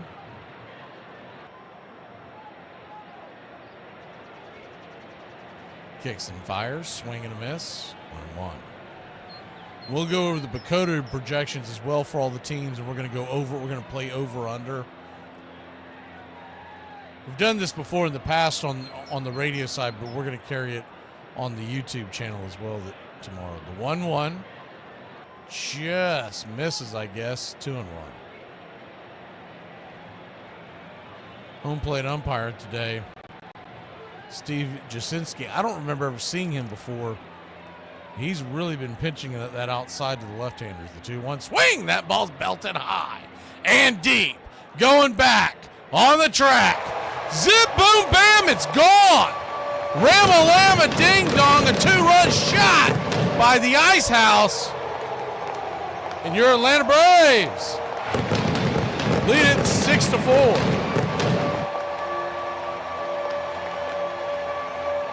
That ball got right in his wheelhouse, and he tagged it. Tag it, bag it. That thing's going into the chop house if we're back home.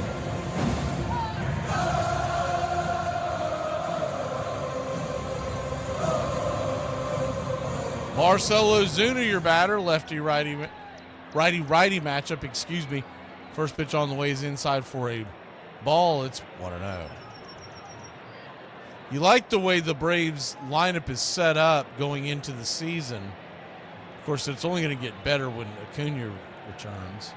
Is the 1-0. They're going to check down the line to see if he went around. Marcell looked like he held up. He did. It's 2-0. But at the top of the order, if you've got Profar and then Riley, so that's lefty, righty, and then Olsen, is the 2-0, swing and a miss, 2-1. You're going to have, and of course, Profar's a switch hitter, so depending on the starting pitcher. But to open up the season against King, who is a right-hander, the 2-1, swing, that ball's lifted high. That ball's going back. That ball's on the track. That ball is gone. Wow!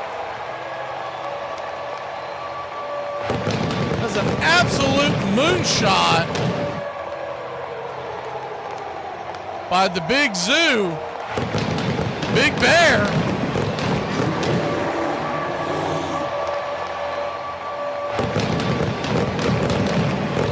He went dead center.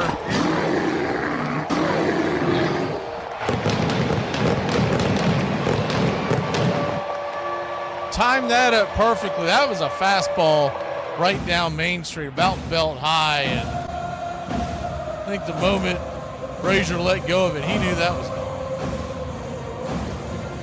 First pitch on the way to Harris is right down the pipe. First strike, it's on 1. The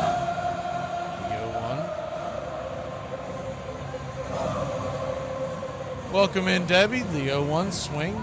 Slaps it foul down the line. It's 0-2. So an 0-2 count, 7-2 is your score. It says 6-2 for whatever reason on the scoreboard, but it is 7-2.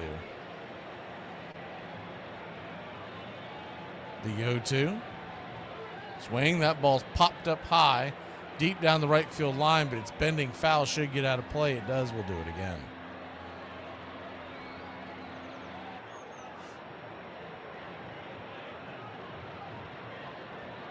The 0-2. Kicks and fires, swing, chops it down the right field line. And that ball is just foul. Good play by Bush over there. He had to slide over there to stop the ball. If the ball's fair, they're going to get the out. Bush did a good job of keeping that from going to the outfield corner.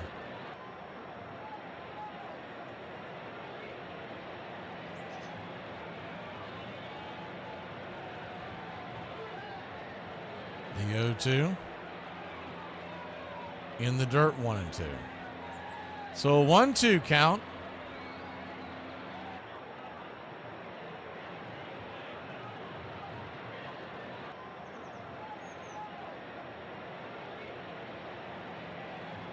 Righty-lefty matchup.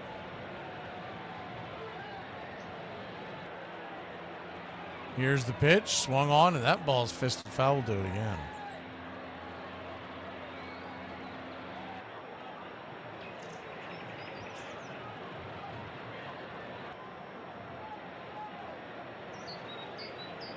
I don't know what y'all are referring to. Bring back the chop. We're obviously doing the chop. The 1-2.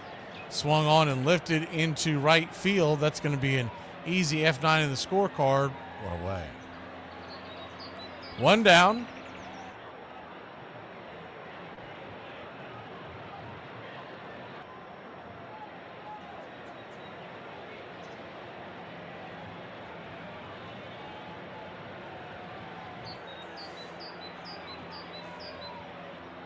First pitch on the way to Ozzie Albies is slapped down the right field line, but foul. It's 0-1.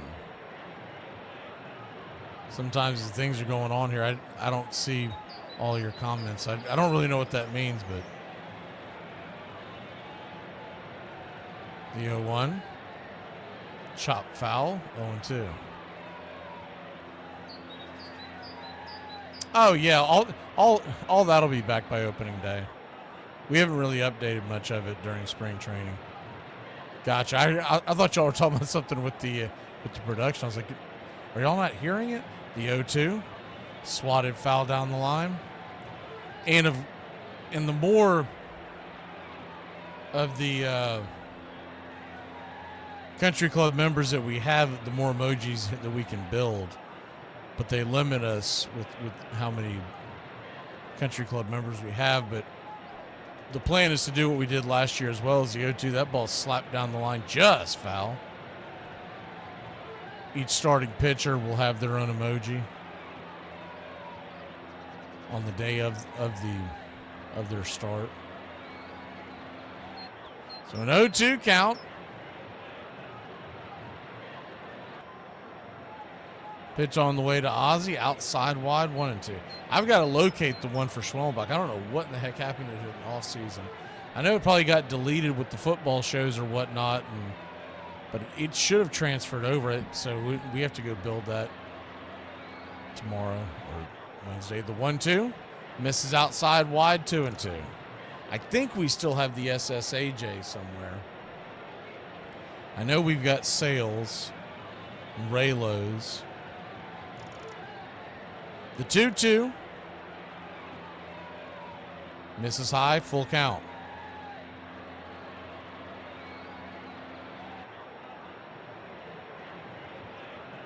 So full count to Ozzie Albies. Braves lead it 7-2.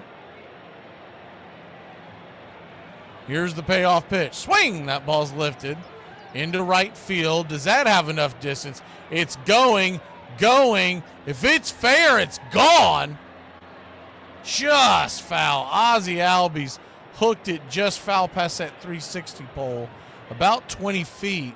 And there's a guy down there in right field corner out there on the grass that's making the signal for a home run. I'll tell you what, from the naked eye, it looks like it went fair, but it's so hard to tell from that angle. And they're not going to replay it. Full count to Ozzie. Slices it back foul. We'll do it again.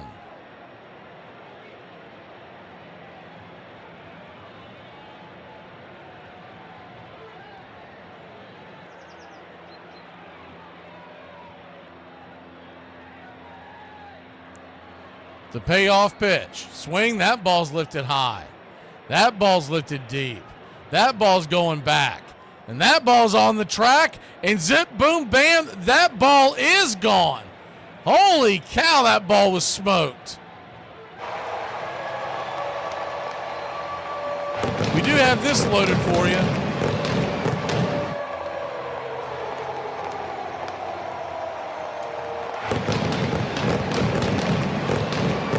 I'm the Wiz, I'm the Wiz, I'm the Wiz. I'm the Wiz and nobody beats me.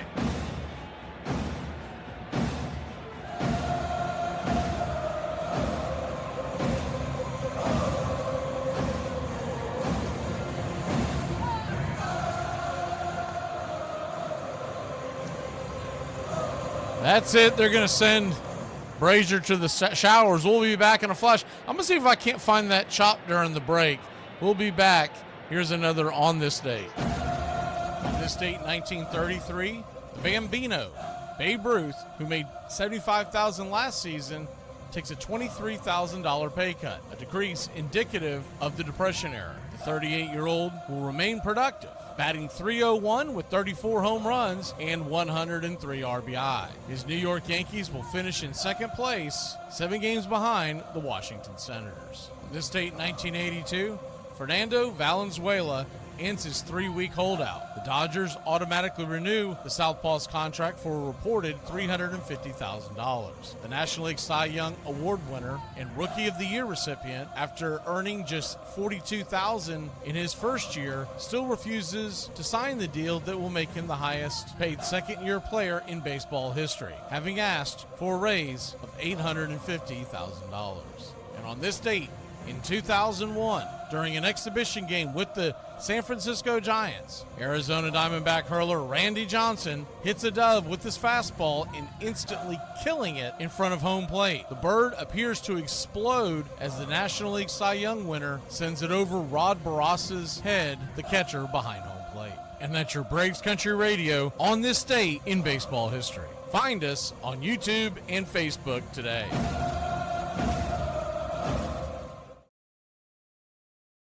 Those in the country club, you should be able to refresh your screen. I believe I've got him in there now. First pitch on the way is a swing and a miss by Drake Baldwin. Kane Euchert, the right-hander, minor league pitcher last year, had a 5.35 ERA. Right-hander fires the 0-1 pitch to Baldwin. He'll chop it over to first. It's going to be a 3-1 put out. 2 away, excuse me. Braves lead at 8-2. It's been a home run fest if you're just joining us. Yeah, there it is, Brian. Okay, cool. We also put the score emoji back in there. I forgot we did Cubs and Dodgers, so we actually had emojis for them last Tuesday and Wednesday morning. I left the Cubs one in there in case there's a Cubs fan in the country club. Probably not, but you never know. We'll change all that before opening day. The 0-1, swing and a miss. It's 0-2. So an 0-2 count. Braves 8, Cubs 2, top of the 5th inning. The 0-2. Down and in, 1-2. Same 2 teams tomorrow, but like I said earlier, we're not doing the game because it's expected to be a snooze fest. The 1-2. Kelnick pops it up. Heim back behind, out of play.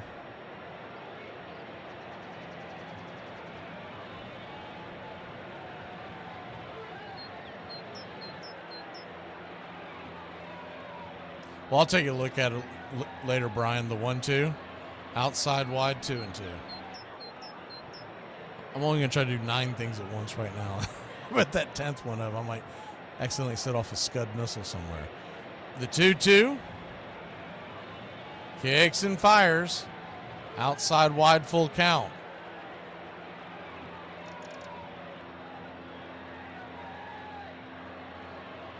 Standing on deck is Orlando Arcia. The payoff pitch. Inside, ball 4.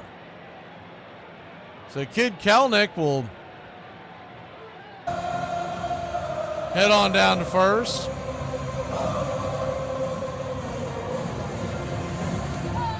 Runner on first, 2 outs.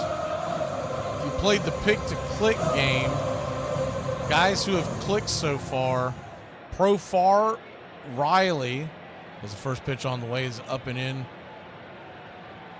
1-0. Olson, Ozuna, Harris, Ozzie, pretty much everybody except the very bottom of the order. The 1-0 misses, 2-0. Oh, put Drake Baldwin on there too, as he has a hit and an RBI. The 2-0. Right down the pipe, 2-1. Landon Arce is 0 for 2. I guess you can say Kelnick too, because he had an RBI and a walk. So this is the only guy who hasn't clicked in the starting lineup. The 2-1, way outside wide, 3-1. We define a click as someone who either got 2 or more bases or someone who got a hit and an RBI or a hit and a run scored, the 3-1. Down below the knees, ball 4. So he'll head on down to first. That'll send Profar to the plate. 1 for 3 with the run scored. Top of the order for your Atlanta Braves.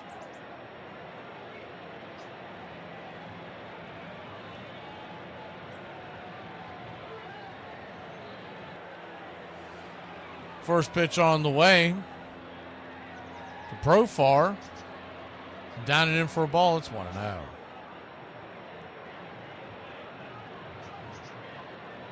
The 1-0. Euchert rips it and grips it. That ball goes inside, almost gets Profar, and both runners are going to go up 90 feet as that ball goes all the way to the backstop. And here at the Cubs Cactus League facility, there is a ton of real estate back behind home plate. We talked about this early in the spring, but most of these spring training stadiums, they have a lot of real estate in the foul territory because they do a lot of workouts and stretching exercises in those areas. They're going to go out there and have a quick powwow with Euchert.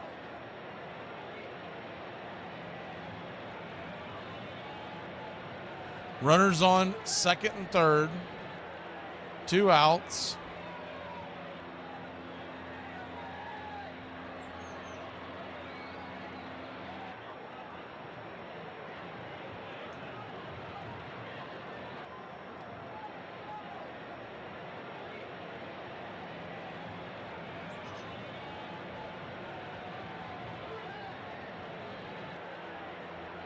Euchert back to work. First pitch. That ball goes way outside. That ball kicks away.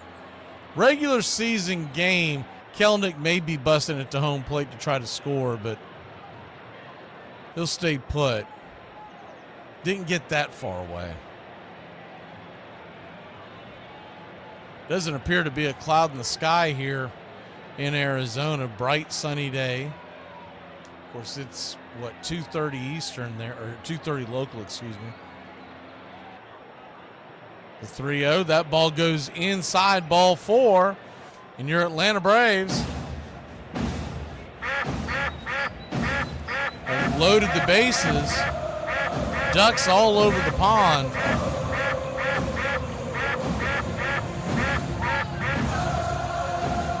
Conley will be your batter for Austin Riley. First pitch on the way. Righty-lefty matchup is right there for a strike. It's on 1.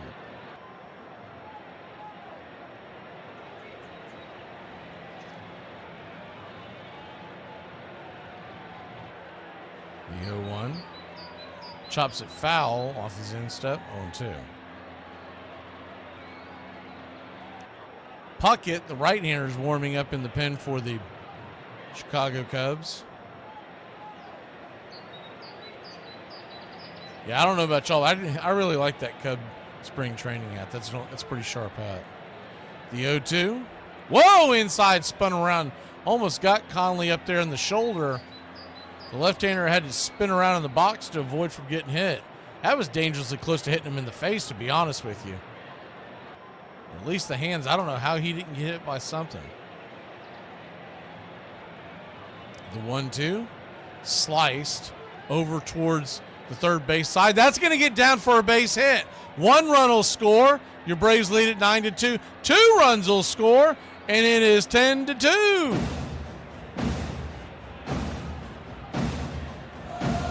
Just kind of fisted that off the handle of the bat.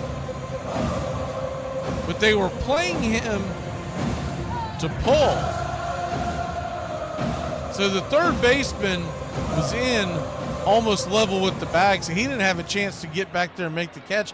And the shortstop was hugging the second base side. So it was a hit him where they ain't seeing eye single, and the Book of Eli comes to the plate. First pitch on the way is down and in. For a strike, it's 0-1. Runners on the corners, 2 outs. The 0-1 just grabs the inner track. 1-2. So an 0-2 count. Book of Eli, he batted .282 last season with 1 home run and 4 RBI. The 0-2. Swing, that ball's lifted into left field. Drifting in, making the catch is Workman, and that'll end the inning. Not for your Atlanta Braves. Add a little more on the board. It is 10-2 after a 6-run 5th inning.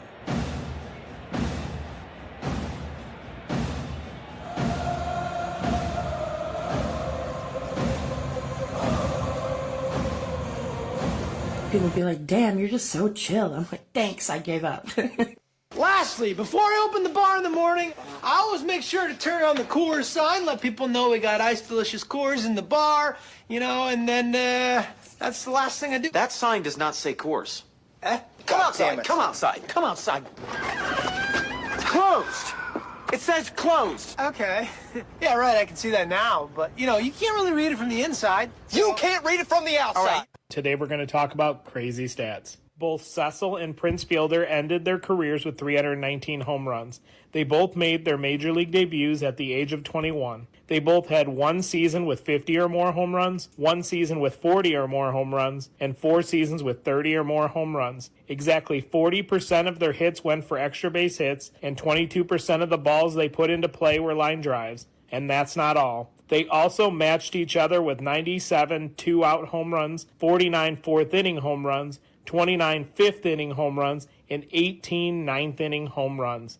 Players like Waddell, with their drinking, with their bad acting, with their inability to take their profession seriously, they came to baseball in its early years in very large numbers because baseball, though popular, was outside social norms. The instability of a career where you might work for a year or two and then be gone, the jumping from team to team, seemed to be suited toward individuals who couldn't fit as well in the rest of society. Now, it helped in the case of Rube Waddell and many of these other sociopathic figures, that in addition to being sociopaths, they also had incredibly strong arms or very good batting eyes. You're listening to Braves Country Radio, your home for the classic call of Braves Country Baseball.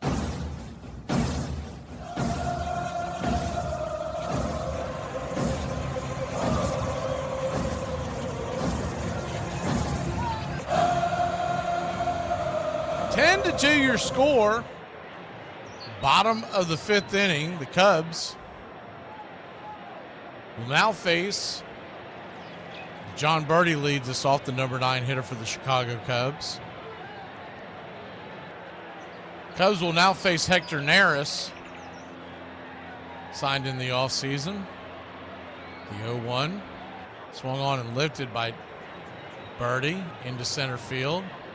Drifting over, making the catch is Kilpatrick as he is in for Harris. F8 in your scorecard, 1 away.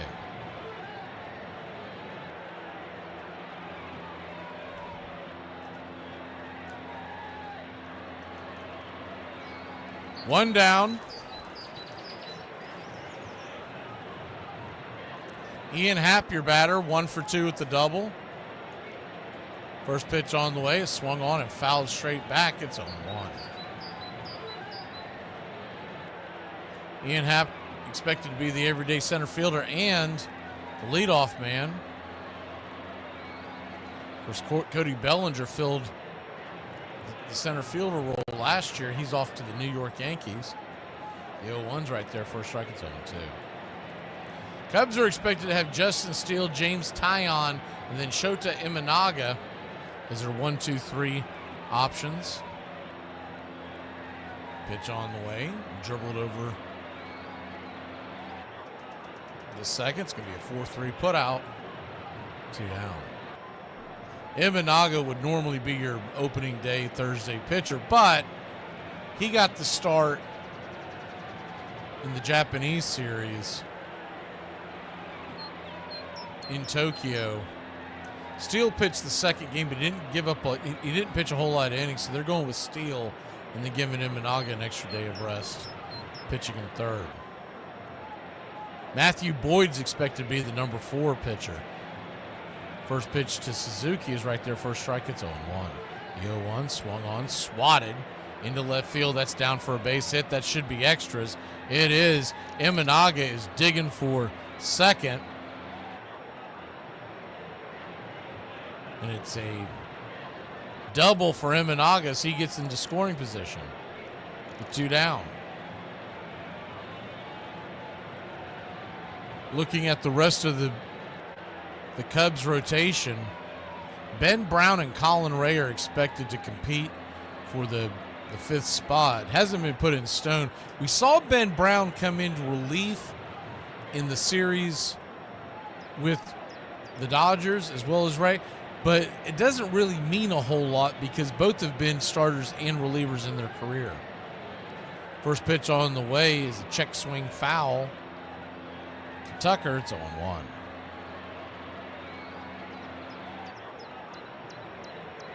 The 0-1.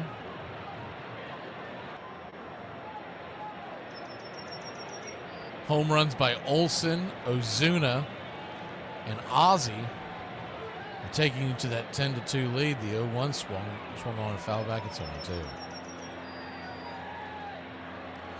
Ozzie, Baldwin, Conley, Kelnick, Olsen, and Ozuna all had RBIs today. Riley also had a double. The 0-2.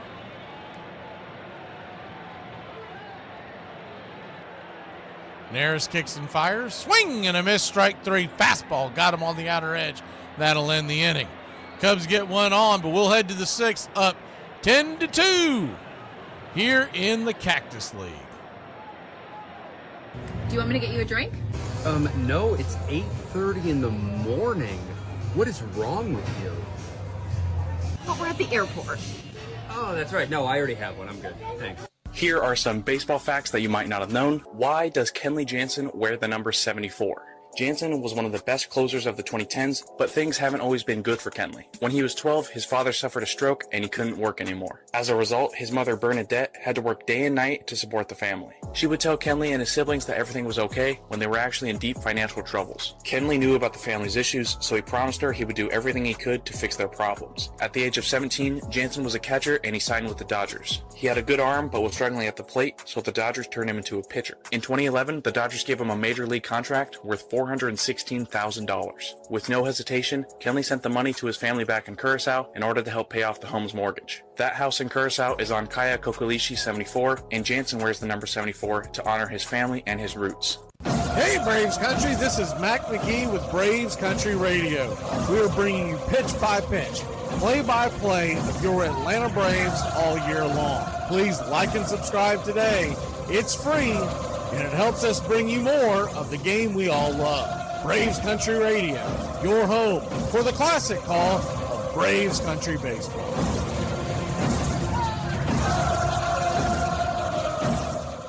In 1904, Waddell struck out 349 batters, a record for American League left-handers, but he was just too hard to handle. Though he was one of the greatest pitchers in baseball, his unreliability infuriated his teammates, and he was driven out of the big leagues and then out of the minors. Waddell contracted tuberculosis, helping victims of a flood, and died on April 1st, 1914, at the age of 37.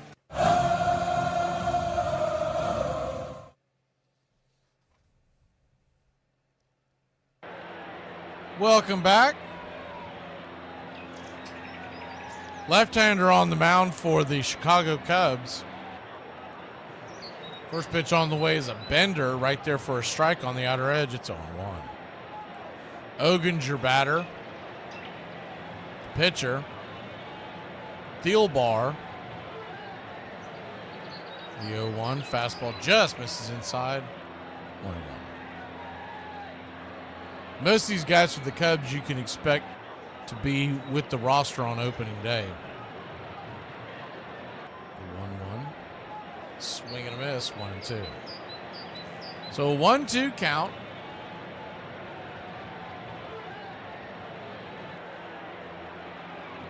Caleb Thielbar, a 5.32 ERA last year with the Twins. The 1-2 swung on. That ball's lifted high and deep. Going back on the track. That ball's going to get down where the green grass grows. Flying around first, heading into second for a leadoff double. Ogun's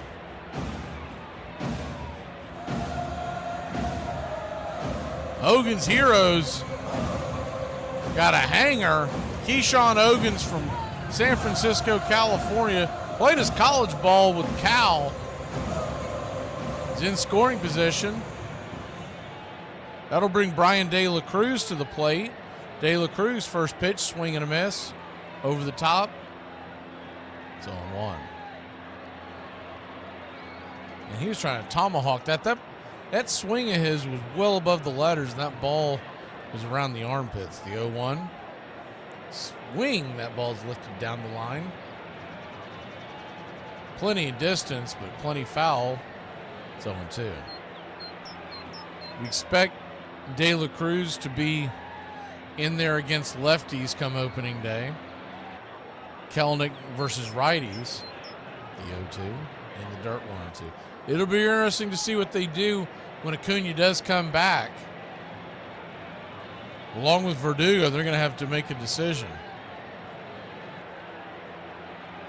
0-2 count.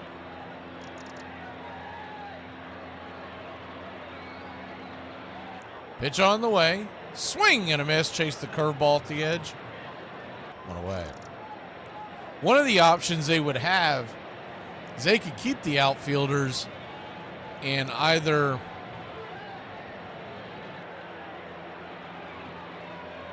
take Eli White off the roster or Nick Allen, because Eli White can play middle infield pretty well. First pitch on the way is right there off the plate for a strike to Nick Allen. It's 0-1. Nick Allen has the ability to play second base, shortstop. He can also play third. The 0-1. Swing, that ball's lifted into center field. That's going to drop down for a base hit. One run will score, and the Braves have taken an 11-2 lead. Good piece of hitting by Allen. He's not going to wow you with power, but he tends to get base hits. Just kind of had to fist that one out into left center. Trickle down for an RBI single for Allen.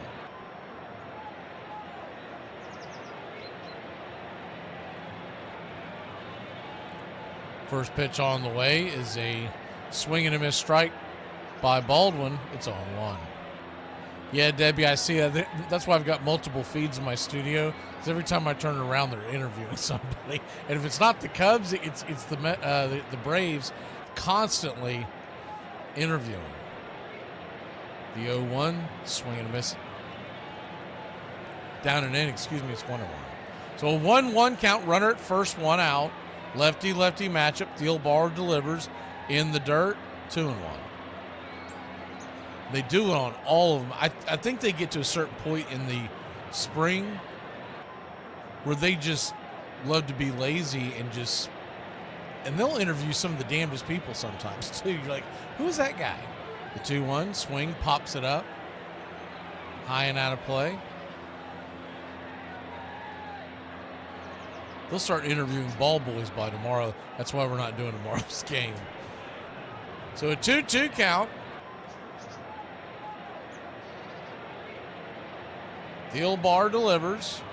Down and in, full count. Braves lead it 11-2. 11 runs, 13 hits, and no errors. 2 runs, 5 hits, no errors for the Cubs. The payoff pitch, swing, lifts that foul and out of play.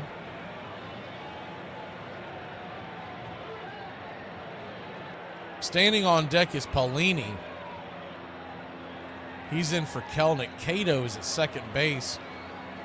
For what will be Ozzy's position, Nick Allen is sliding over to short.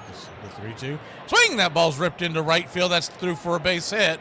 And it's going to be a 1-out single.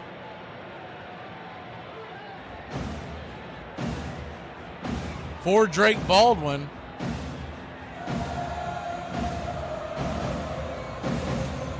You don't like the Drake? I love the Drake. How could you not like the Drake? Who's the Drake? The Drake is good.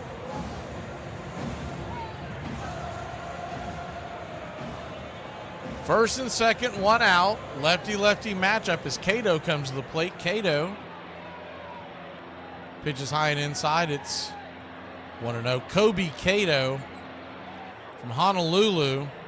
Played his college ball at Arizona. That was a heck of a game last night, Arizona, Oregon, if I missed that one. The 1-0 swing. That ball's lifted into right center field. Drifting over, making the running catch for a long out number 2 for the Cubs. Is Allen. He is in for center field. Hill is in for Happ in the lineup, but he's playing right. Allen is in for Suzuki. So they flip-flop the positions.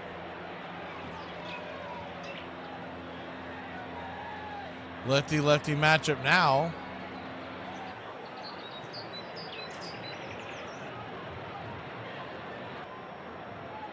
It's 0-1. Runners on first and second, 2 outs. Be interesting to see who the Braves actually have playing out there tomorrow. They usually don't want to have any of the starters in.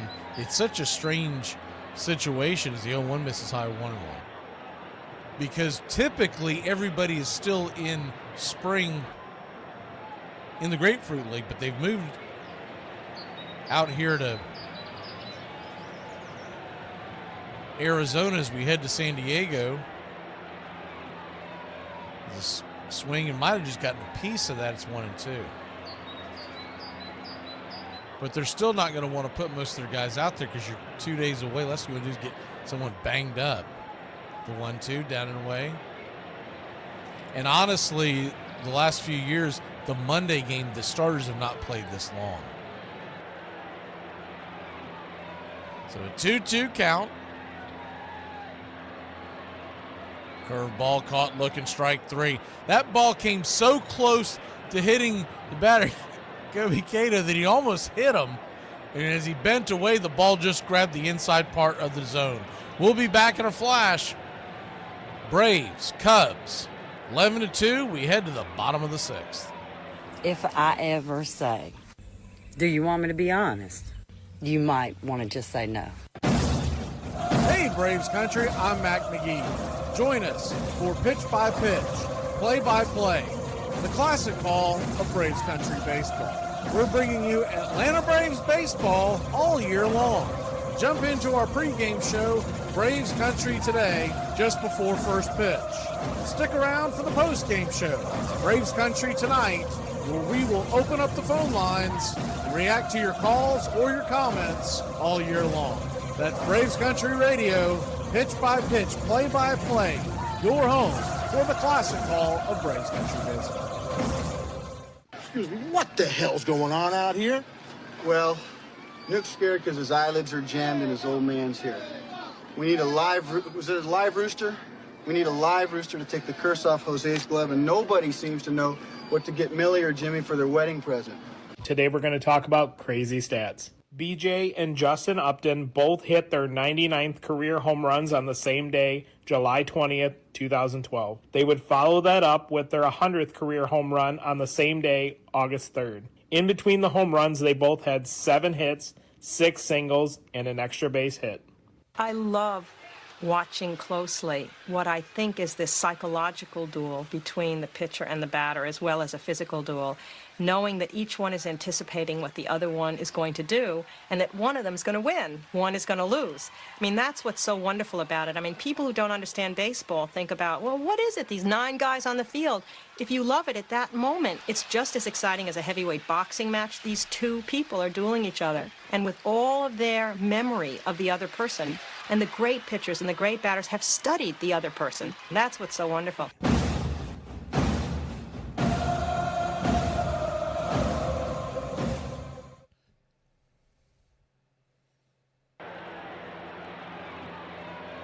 (11-2) your score. 11 runs, 13 hits for the Braves. 2 runs, 5 hits for the Cubs. The right-handed arm of Pierce Johnson comes to the bump. Curveball. Check swing and a miss. It's on 1. Righty-righty matchup. James Triantos, who batted .300 in the minors last season. Takes the 0-1 inside. 0-2. That might have been a touch inside, but it is getting very close to the end of spring ball. The umpires are human too.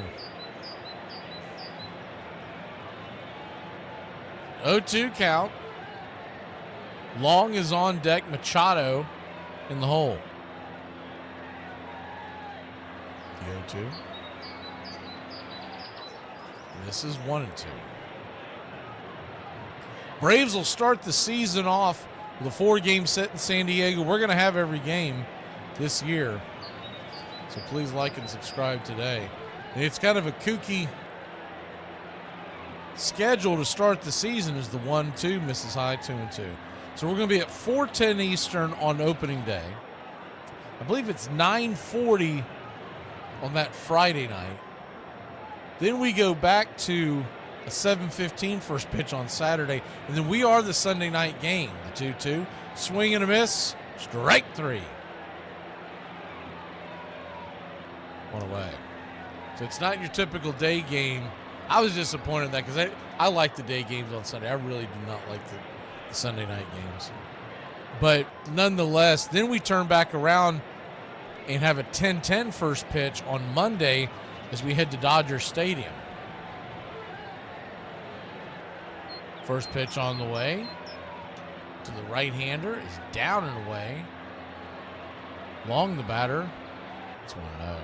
Jonathan Long from Orange County, California. Played his college ball at Long Beach State. 1-0. Chops it foul. 1-1. I believe it is another 10-10 first pitch on Tuesday. And then Wednesday, it's a weird one. It's like 8:38.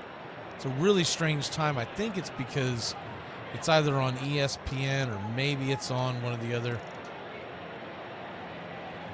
platforms. But nonetheless, we'll have it here. The 1-1. Right there on the inside cut. Curveball. Probably not where he was aiming for, but he got the strike 1-2. Machado on deck for Swanson, the 1-2. Curveball misses. 2-2.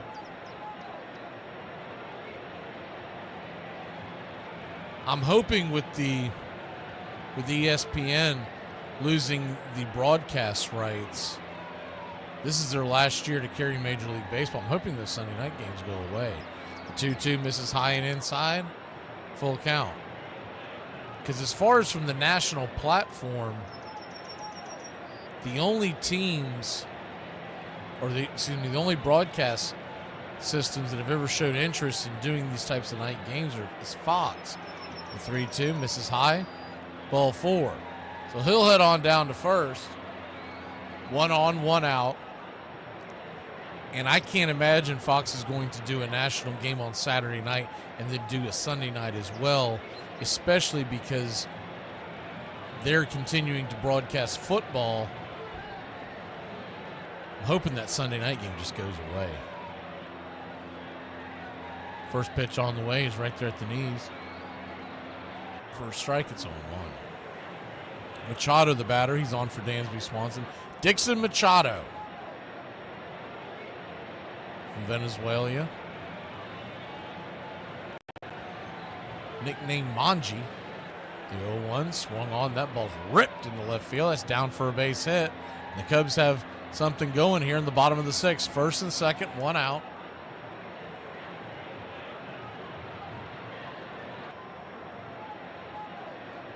Pierce Johnson, 13 pitches into the inning. I would think 20 would be the most they would have him pitch. You want him ready for opening day.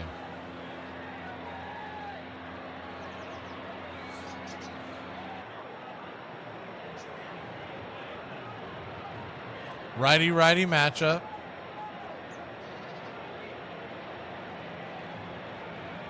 First pitch on the way is swung on. That ball's belted deep into left field, drifting back, and that ball's going to go up against the wall, down for a clean base knock. 1 run will score. Second run comes in, and the Cubs lead it. Or Cubs scored 2, make it 11-4. They're showing 11-3 on your screen, but it's 11-4. That was just a hanging curveball. Workman is still in there. I thought they would pinch hit for him. He's had himself a day. He had the 2-run home run. Now he's got the 2-run double. Strumpf will be the batter now in for John Birdie. Chase Strumpf. He's from Atlanta, Georgia, but played his college ball at UCLA. First pitch on the way is a bender at the knees for a strike. It's on 1.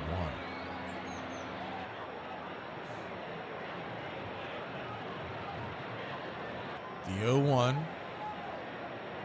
Gage Workman.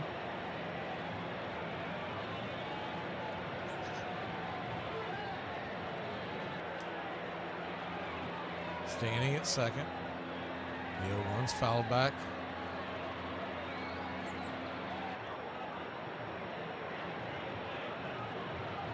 (11-4) your score. And he is at 16 pitches. I can't imagine they're going to let him go much further. Pierce Johnson brings it. That ball's chopped foul.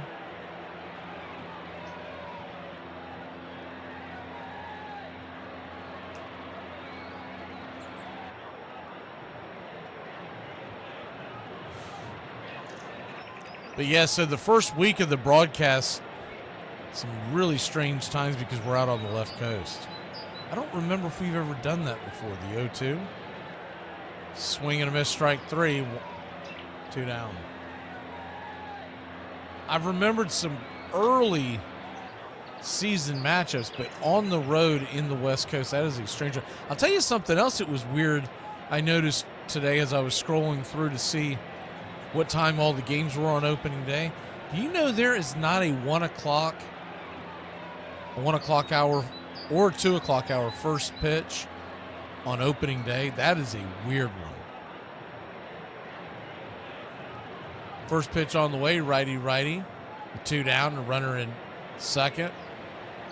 It's right there for a ball. It's 1-0. I think 3 o'clock was the earliest game.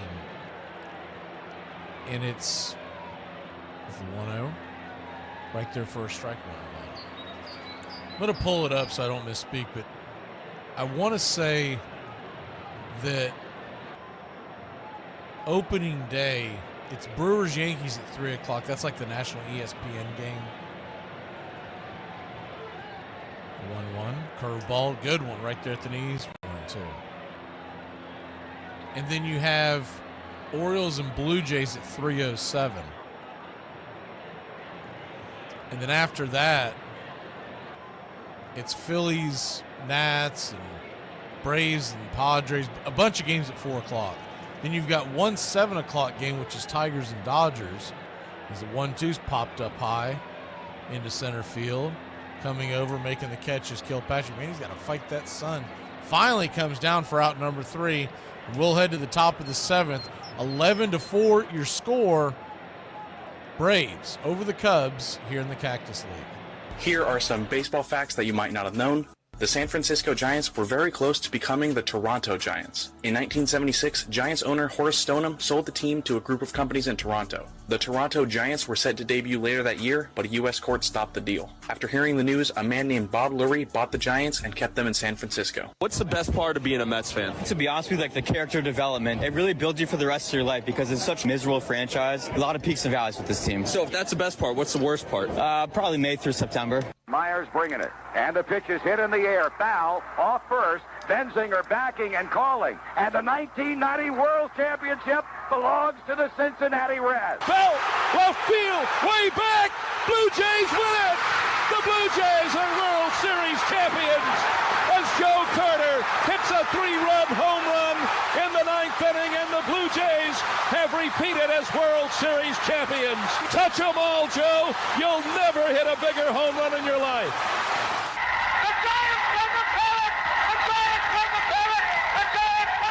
On August 2nd, 1907, I encountered the most threatening sight I ever saw on a ball field. He was only a rookie, and we licked our lips as we warmed up. Evidently, manager Pongo Joe Cantillon had picked a Rube out of the cornfields of the deepest bushes to pitch against us. He was a tall, shambling galoot, with arms so long they hung far out of his sleeves and with a sidearm delivery that looked unimpressive at first glance. One of the Tigers imitated a cow mooing, and we hollered, "Get the pitchfork ready, Joe.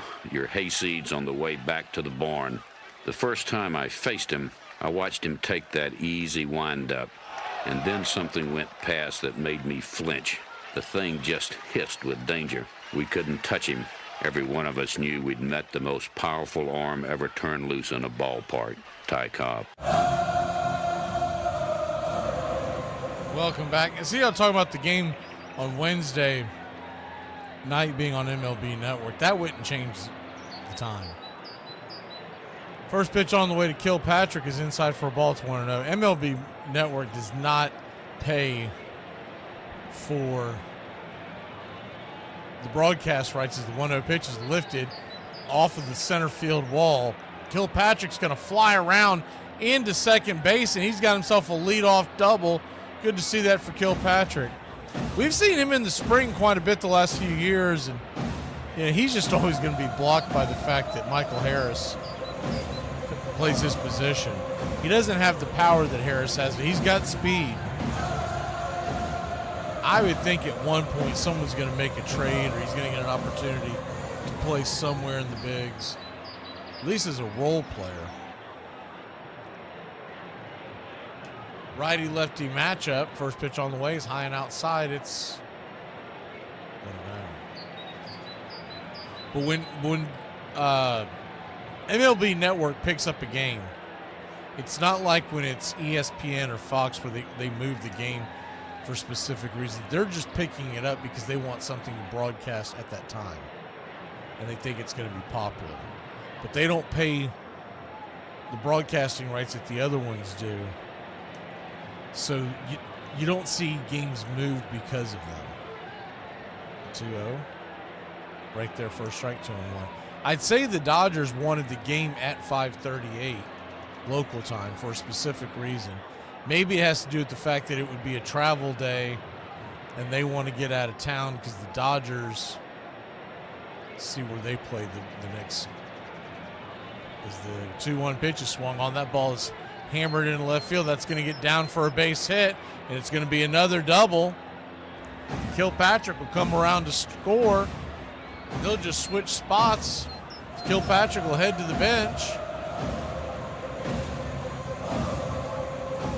Conley, now with 2 hits and 3 RBIs, stands at second base. Eli White coming to the plate. But Fox and ESPN, they have specific rights in their contract that basically says when they're broadcasting, you can't broadcast. MLB Network, as the first pitch to Eli White misses inside, it's 1-0. MLB Network just picks up a game that's already being broadcasted. The 1-0 slaps it back foul. 2-0. So what you'll see is, in all likelihood, sometimes they send their broadcast, but usually not. They'll just pick up the Dodgers feed because it's the local home feed, and they'll play it on MLB Network. The 1-1. Slice foul down the line. 2-1 count. Ogun stands on deck. Braves lead at 12-4. If you grab the over, you definitely hit that. I want to say it was 10.5 or 11.5. The ball does fly here in the Cactus League. The 1-2. Chopped over towards third. Looks back the runner at second. Flips it over to first. It's going to be a 5-3 put out. Closer play than it should have been because Eli White still has that blazing speed, and he was flying down the line. One away. I was looking up to see where the Dodgers go next. They don't play that following day. I'd be willing to bet they go on the road. That might have a factor in it. Yeah, they had it on the road to Philadelphia after that. First pitch on the way is a strike to Quintero. It's on 1. Righty-lefty matchup. Runner at second. 1 down, the 0-1. Strike about letter high, 0-2. It's interesting that the Dodgers are going to play the Braves and Phillies right out of the gate. And they start the season with the Tigers. So their first 3 opponents after the Japanese series are against playoff teams from a year ago. The 0-2. They said that missed outside wide. We'll take it, but it looked like it could have been framed for a spring training strikeout. 1-2 count. Neely comes set, brings it. Swing, pops it up. Can of corn high in the sky. Making the catch at first base for a simple out number 2 is Long. That'll bring Brian De La Cruz to the plate.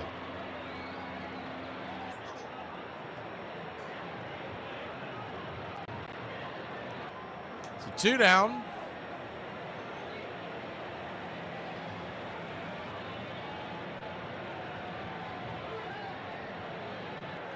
De La Cruz digs in. First pitch on the way is inside. For a ball, it's 1-0.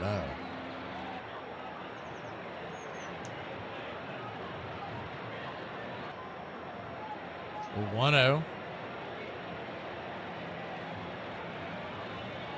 Swing. That ball's ripped up the middle. That's going to get through for a base hit. A worm burner into center field. And the runner, Conley, will come around to score. And the Braves have put a baker's dozen up on the board. It's 13-4. Atlanta.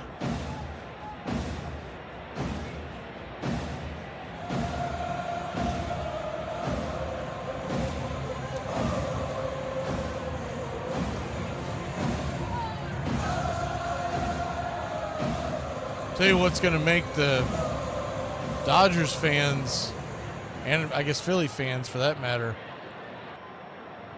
but the Dodgers fans mad about that game, the Friday night game after our series ends. The first pitch is right there for a strike. It's 0-1. So not only is it going to be 3:45 local time on a Friday afternoon, I think it's going to be on Apple TV, but they still got that Apple TV nonsense going on. I really wish that would come to an end. I could see Apple TV or someone like that taking over the Sunday night game. The 0-2. Outside wide, 1-2. 1-2 count. Braves 13, Cubbies 4. Bravos have been swinging early and often all day long. The 1-2. That ball's lifted. Not very deep into right field. That should end the inning. It does. And your Atlanta Braves have a 13-4 lead. 7th inning stretch time. Get up and stretch, Braves country.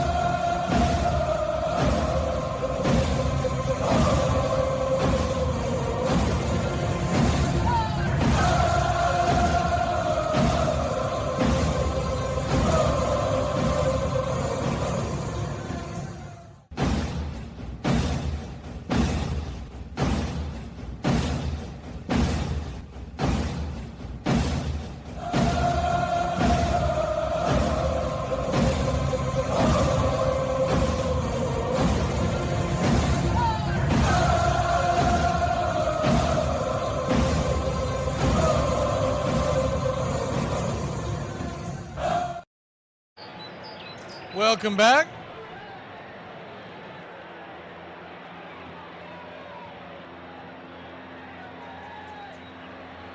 Aaron Bummer will come on, see what he's got as we finish up the spring. First pitch on the way, left-hander flips one up there for a strike. It's 0-1. The 0-1. Kicks and fires. Swung on and slapped down the third base line. It's 0-2. So an 0-2 count.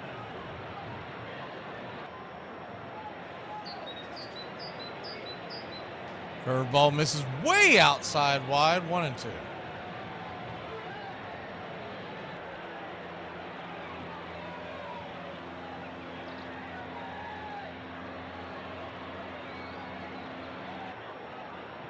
Braves 13, Cubs 4, the 1-2.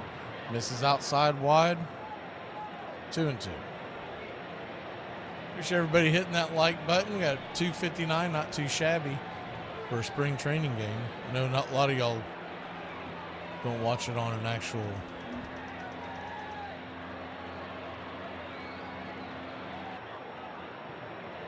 as the 2-2 hits him inside on the wallet. He hits the batter and he'll head on down to first base. Bummer'd like to have that one back. Just missed it, misfired it, and hit him right on the wallet.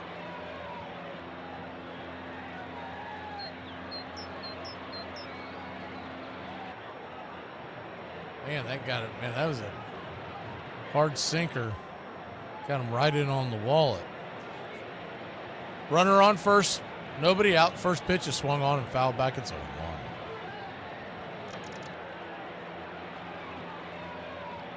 Stevens at first. Greg Allen, 32-year-old outfielder, at the plate. Drafted by the Indians back in 2014. As they're going to check down the line to see if he went around. Did that hit him? I guess that got Allen in the foot. So he's hit two batters now. First and second, nobody out. Allen from San Diego played his college ball at San Diego State. Came up with the Indians organization. He's bounced around a little bit between the Yankees, Padres, and Pittsburgh before coming to the Cubs this offseason. By the way, he's hitting .346 this spring. His career batting average is .231 and just 730 at-bats. First pitch on the way. Simmons is right there for a strike. It's 0-1. The 0-1 to the right-hander is a bending, breaking ball. 0-2. So an 0-2 count.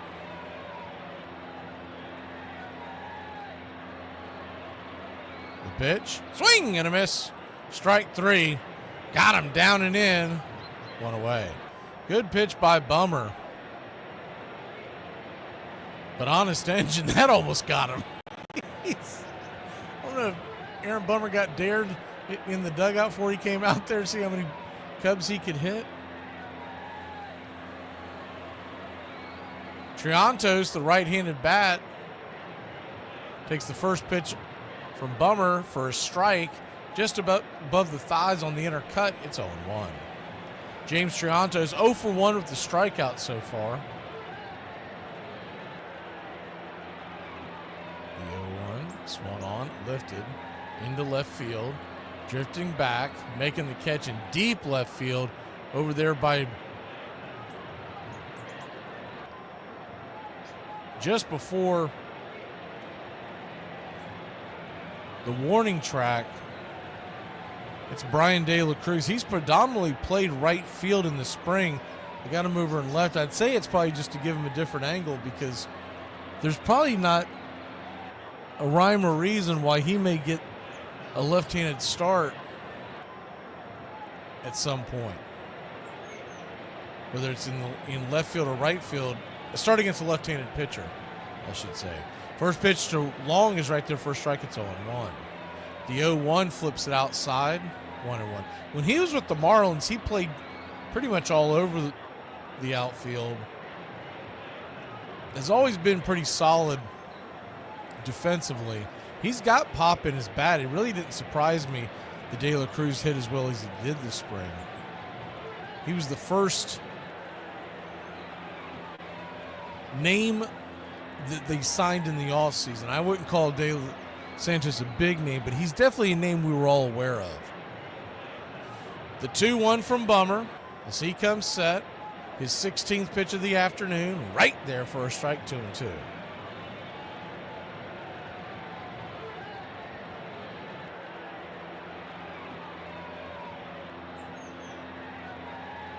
The 2-2.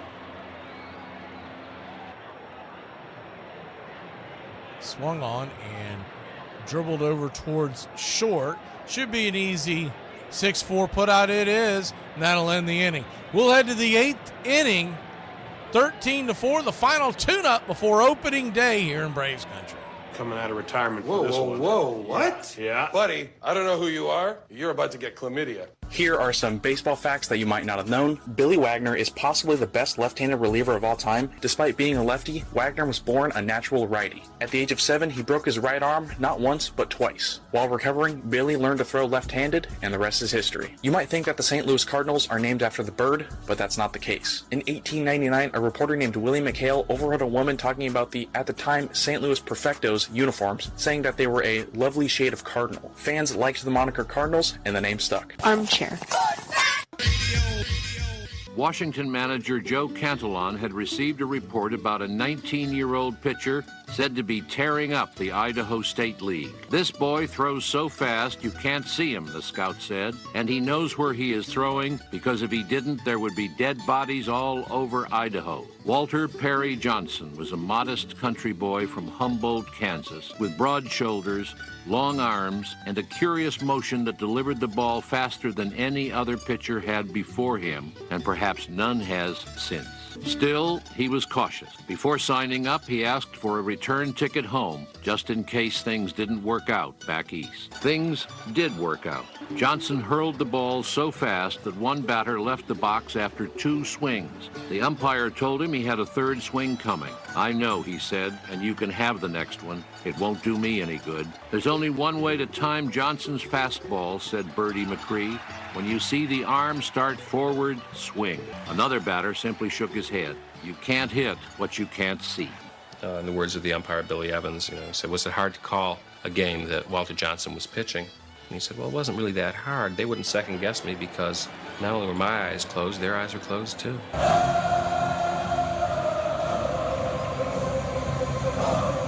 Welcome back. Yeah, I appreciate that, Charles. And I know a lot of folks will just listen to the game, but a lot of people here on the Braves Country Radio, they pair it up with the video.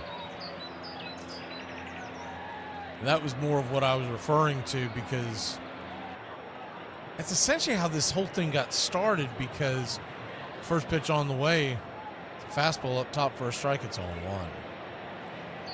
We were doing a game here and there because we were helping out a company that was trying to basically start this on an app. It's a long story. I don't think they ever got it off the ground, but we ended up sharing it on YouTube as we did it for that app. Is the 0-1 is bang foul, it's 0-2. Drake Baldwin, I believe he's the only he's the only starter still left in the ball game. The 0-2. Misses high, 1-2. But when we first started doing this, we didn't even fathom that anyone would really pay attention to it. But there were some national broadcasts that people just, they really hate the national broadcasters so much. Is the 1-2, misses outside, 2-2. Palencia is the right-hander for the Cubs. Baldwin, by the way, 2 singles and a walk today. The 2-2. Swing and a miss, strike 3. Fastball blew it right by him. That's some high heat right there. Went away. But I do specifically remember when we would do the Fox game a little bit, but it was mainly because of ESPN. And when we got to the playoffs that year, because we started this in the late summer of 2021, of course they went on a roll, won the World Series. That had a lot to do with it too. I understand that, but as the first pitch on the way to Pelini is fouled back, it's 0-1. But if you remember back then, our first playoff series against Milwaukee is the 0-1, swing and a miss, 0-2. It was on TBS, and people just hated the national broadcasters that were on that, and they started fining us. And then that carried over to the next round against the Dodgers, and by the time we hit the World Series, we had gotten a little following. The 0-2, swing and a miss, in and out of the glove of the catcher. The ball got away, but not very far away, and Pelini was already walking to the dugout. Ball just kind of popped out of his glove. 2 down. That's not a way to make a team, though. You just give up an at-bat like that, lumber back to the dugout. You got to at least make an effort there. Kobe Cato's the batter. First pitch on the way, swing and a miss. It's 0-1. It's from Honolulu. His name's Kobe. You know his parents have to be Laker fans. There's just no way he's not. Either that or they really like steak. The 0-1. Swung on it, fouled it back. It's 0-2.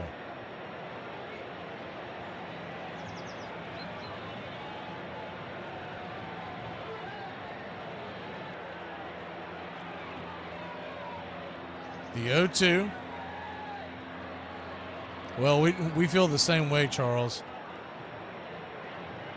The 0-2, caught looking, man. That was a high strike 3. And Cato's laughing. You know, he's like, all right, man, I get it.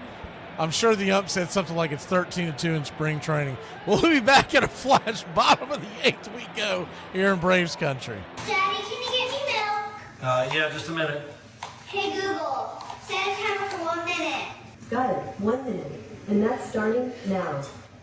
December 21st, 1861. The Medal of Honor was established by Congress and signed into law by President Abraham Lincoln as an award for extraordinary valor during wartime. Initially created for the Navy, it was expanded to include the Army and Marines in 1862 and the Air Force in 1965. The Medal of Honor is distinguished by its unique design, a star-shaped medal featuring Minerva, the goddess of wisdom and war, suspended from a light blue ribbon with 13 stars. The first recipient was Army Private Jacob Parrott, honored in 1863 for his heroism during the Andrews Raid, a daring Civil War mission to disrupt Confederate rail lines. More than 3,500 people have received the Medal of Honor, with only a fraction alive to accept it in person. The U.S. Army leads in recipients. Medal of Honor recipients get a lifelong tax-free pension, access to military medical care, invitations to presidential inaugurations, and burial honors at Arlington National Cemetery. People often ask, what's the best way to correct a coworker when they've made a mistake? And I'm going to share with you the one sentence I use that works every single time. You f***ed up, bitch! It was unbelievable. I mean, he was at every Little League game. And it was cool of him because he didn't coach just my team. He was never anybody's head coach. He was always the assistant. And he was just at all 3 of our games all the time. High school games, high school freshman football games, wrestling tournaments. If we had an event and he was in town, he was there. Did anybody check the tri-tip? Last time I checked, it was me. Oh, it's done. It's done, boys. What's it at? 130. Let it rest. 7. Did you burn it? To be a part of their lives and have dinner with them and cook out with them, and yeah, it's been good. It's been really a lot of fun. Cheers to my family. I love you. I really do. Thanks for all the memories. I grew up watching Chipper Jones play. Who's the greatest switch hitter of all time? Welcome back. First pitch on the way from Daysbel Hernandez. I was wondering if we get to see him pitch today. Down in for a ball, it's 1-0. He's got to be expected to be the 8th inning guy, especially when they need a right-hander. As the 1-0's right there, first strike, 1-1. I'm not going to lie, I'm extremely nervous about the back end of the bullpen this season. It's the 1-1. It's right there, first strike, 1-2. We knew what we had, and even though none of these guys are perfect, no one is, you knew what you had in Minter and in Jimenez going into the last few seasons. 1-2 down and in, 2-2. That's the nature of the beast. It's really difficult to keep an elite bullpen together, and it's always evolving. The 2-2 lifts it high down the line. We'll do it again. And I'll be honest, Daysbel Hernandez has done enough the last couple seasons that he deserves an honest chance. But it does make you nervous because we got to get to Iglesias. As the 2-2s and the dirt bounces back to the backstop. Full count.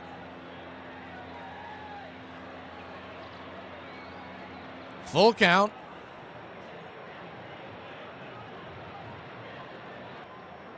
Righty-righty matchup. Bottom of the 8th. Braves lead at 13-4. The full count pitch is banged foul down the third base line. We'll do it again. When we first started doing this channel, though, it wasn't just, some of it was getting wrapped up in the chase for the title as the 3-2 pitches popped up into shallow center field, coming in making the catch is Kilpatrick.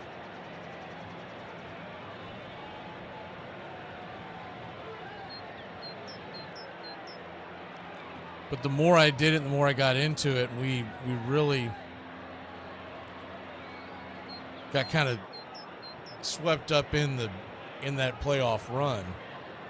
It was also because the pitch on the way is right there, knees at the knees for a strike. It's 0-1. The more and more we did, and I go back and listen, I'm like, man, I want to call games the way I think they should be called. Is the 0-1 is right there, first strike, 0-2. And it's a little bit of a combination of some of the baseball guys I grew up admiring, but also the football radio guys I admired that they got into the game. As the 0-2 swung on, lifted high into left field, De La Cruz makes the easy catch, fighting that sun. That sun's starting to dipped down a little bit right into the eyes of the fielders. 2 down. But I go back and listen to other games. I'm like, man, some of these guys act like that they're at work at gunpoint, like they don't want to be there. Nothing has ever driven me crazier, and Chip used to do it all the time too. And I know they think it's a funny thing, but no fan wants to hear, as the first pitch is in the dirt for Baltimore to know, about how miserable they are because they want the game to end because they're getting tired of calling the game. The 1-0 pitch is swatted into right field, down for a base hit. And when I would hear guys do it, and they all do it, I'm like, man, do you understand that you get to go to these stadiums, live this life, call the games, and you're complaining about a couple of extra 15, 20 minutes or whatever it is? I've never understood. You hear it from the football announcers too. I've never understood what the mentality is that they think people want to hear that. First pitch is welling inside for a ball. It's 1-0. Almost got the batter. It's Chase Strumpf. He's 0 for 1 with a fly out in the 6th. 2 down, 1 on. The 1-0. Man, that ball looked like it hit the zone. Now he's starting to pinch him. It's 2-0. I appreciate that, Edward. The 2-0 right there at the knees, 2-1.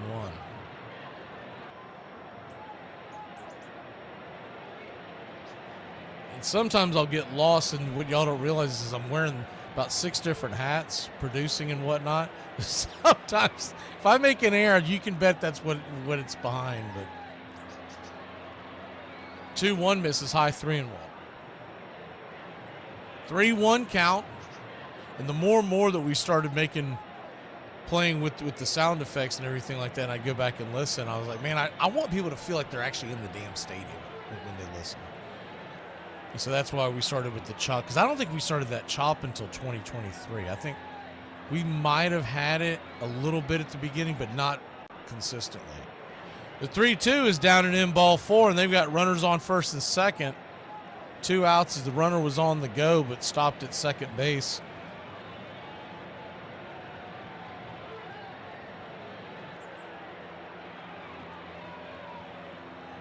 I cannot wait for opening day.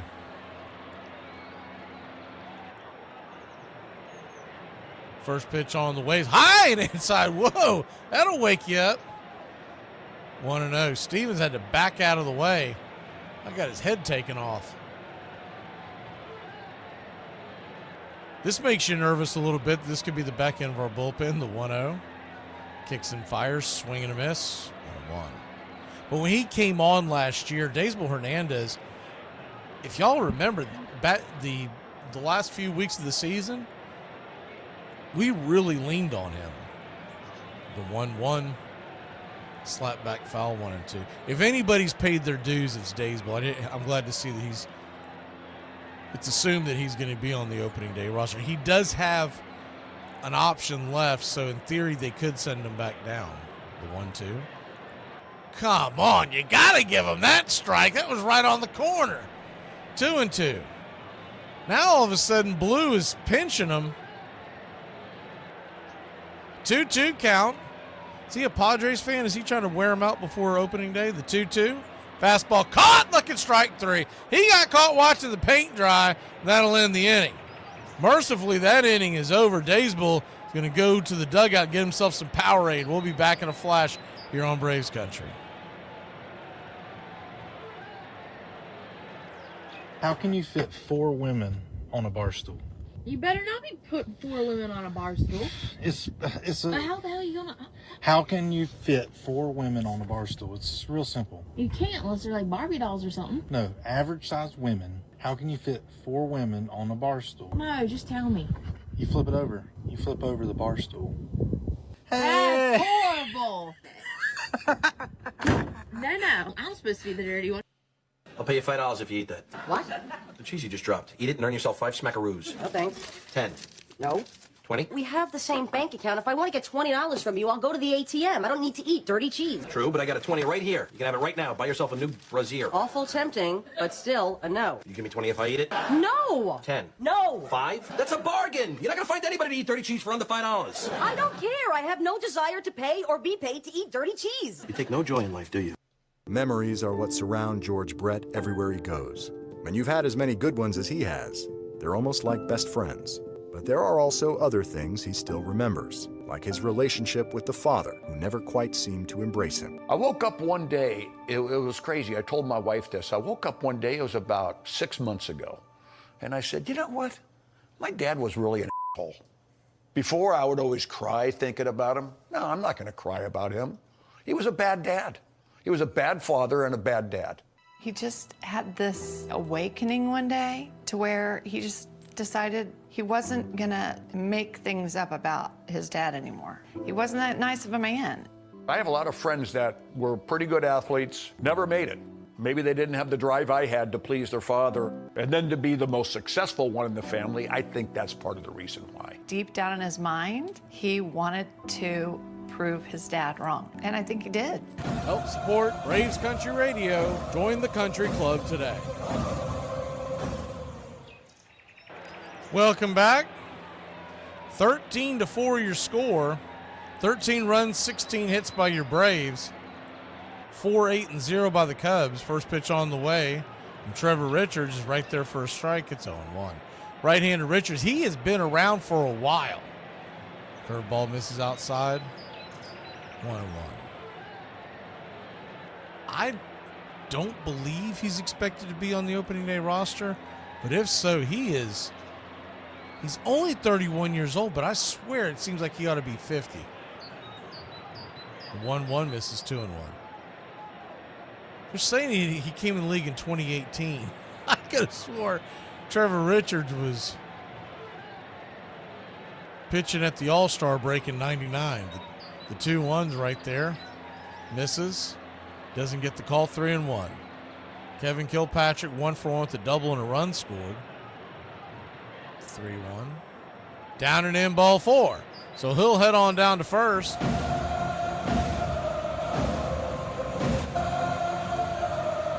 One on, nobody out.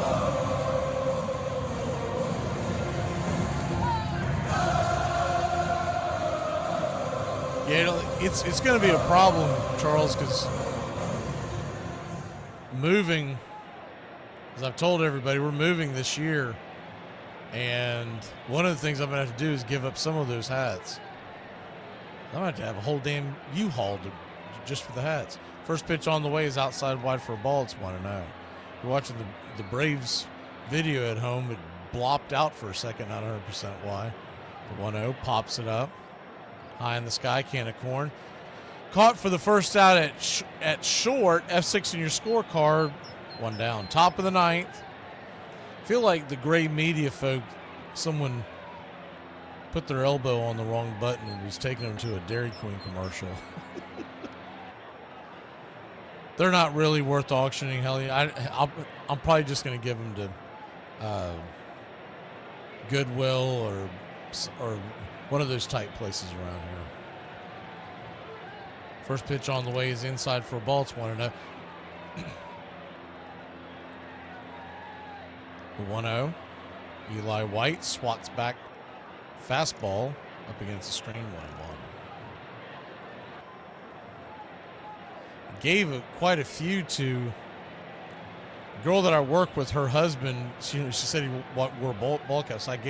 Came in, I think I gave her 20 or 25, somewhere in the neighborhood, and she was just floored by it. She's like, "You sure you don't want any of these?" I was like, "You have no idea how many ball caps I have acquired."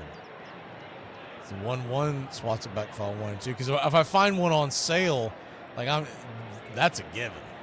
If I find one for like a couple of bucks on eBay or something, over the years, that's where a lot of these come from. Those minor league hats, they're sharp hats, but the 1-2 kicks back to the backside. Then it goes to a right angle and heads towards the third base dugout. If this was a regular season game, the runner would be standing on third, but he'll slam on the brakes on second. He was just kind of lightly jogging down to second. If this is a regular season game, he would have been on his horse and would have made it all the way around. That's how far back the ball kicked. The 2-2 to the book of Eli. Takes a pitch up top, full count.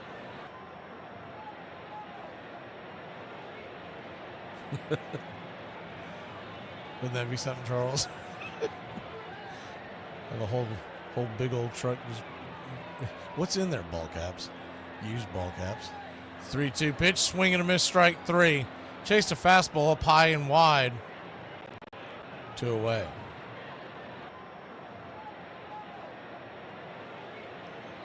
But all it'll mean is that I'll be in the market for more caps down the road. Probably won't part with many Braves ones, but like I said, I've got so many. Just some of them are just goofy. A lot of them are given to me as well. First pitch on the way is a swing and a miss strike. It's on 1. So I gave her some. He's not a sports fan, so I gave him all the weird ones that I have from like sitcoms.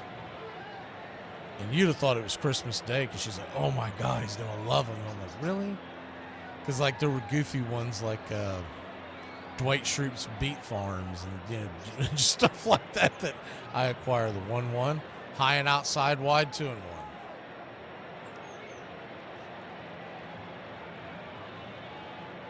And it's absurd too because for the longest time, I didn't wear a lot of ball caps except for when I went out, have a beer somewhere, but I pretty much the same 3 or 4 ball caps. I didn't pick up this bad habit until about 15 years ago.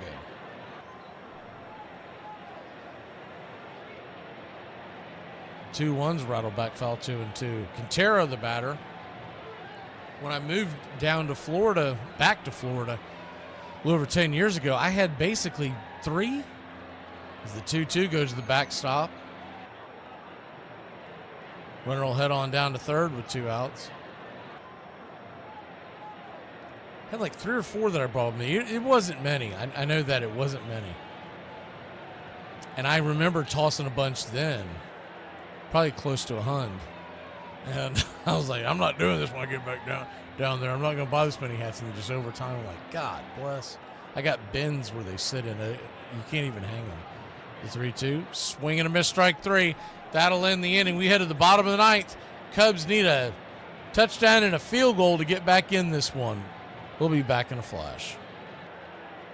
Most people think the U.S. Navy was created with congressional approval of a Continental Navy on October 13, 1775, during the American Revolution. However, it was December 22, 1775, that the idea became a reality. The Continental Congress appointed Esek Hopkins as the Navy's first commander-in-chief and adopted the first naval regulations, primarily authored by John Adams. Adams, a passionate advocate for naval power, worked tirelessly to persuade Congress to establish the Navy, draft its regulations, and allocate resources. While the Navy initially began with just 2 ships, the Alfred and Columbus, Congress soon authorized 13 vessels, forming a modest but determined fleet. The Continental Navy played a vital role in the war, disrupting British supply lines and protecting American trade. Though small in comparison to the British Royal Navy, it set the foundation for American maritime strategy, ultimately leading to the creation of the United States Navy. Keep the sea lanes open and protect American trade.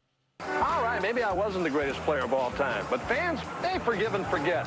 When I go in here, they'll be buying me my favorite beer, light beer from Miller. You Bob Euchre? Yeah, how you doing? These fans, I love them. They know us ex-big leaguers drink light because it's less filling and it tastes great. Well, can't keep the gang waiting.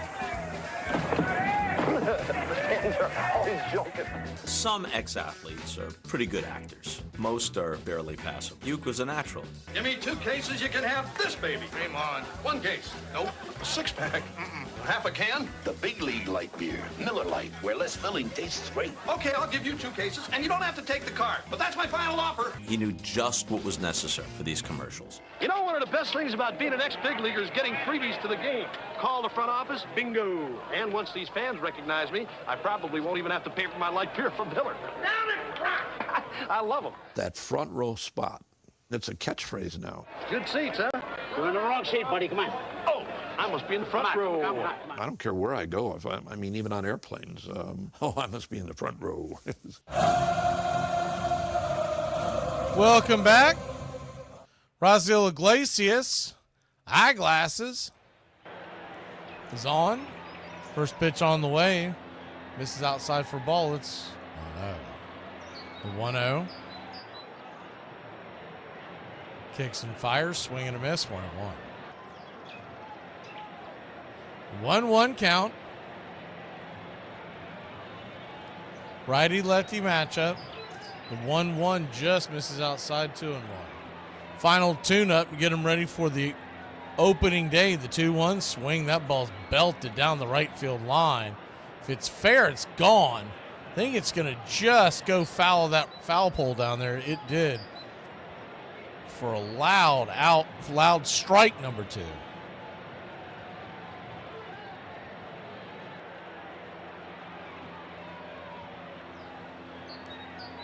A 2-2 count.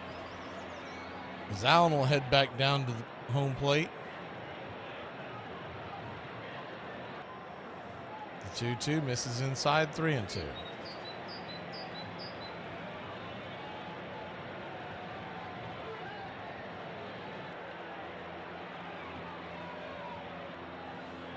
Payoff pitch. Swing and a miss, strike 3. Got him with the fastball right down the track. 1 away. That was a bullet right down Main Street.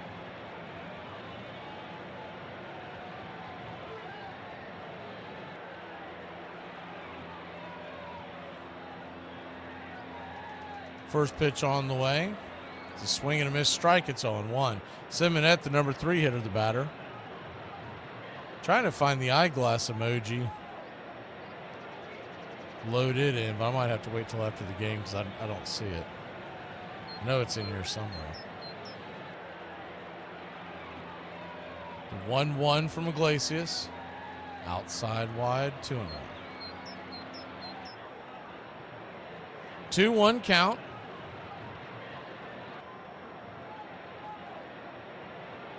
Kicks and brings it. Swing. That ball's ripped down the third base line, but foul.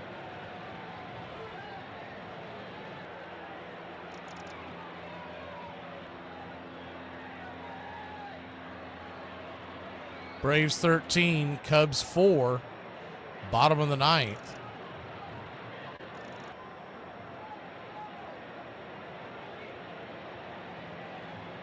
The 2-2. Caught, looking strike 3. Fastball right down Main Street. Second batter in a row that he's just thrown a fastball. P at the knees. Usually he likes to go to that little sinker.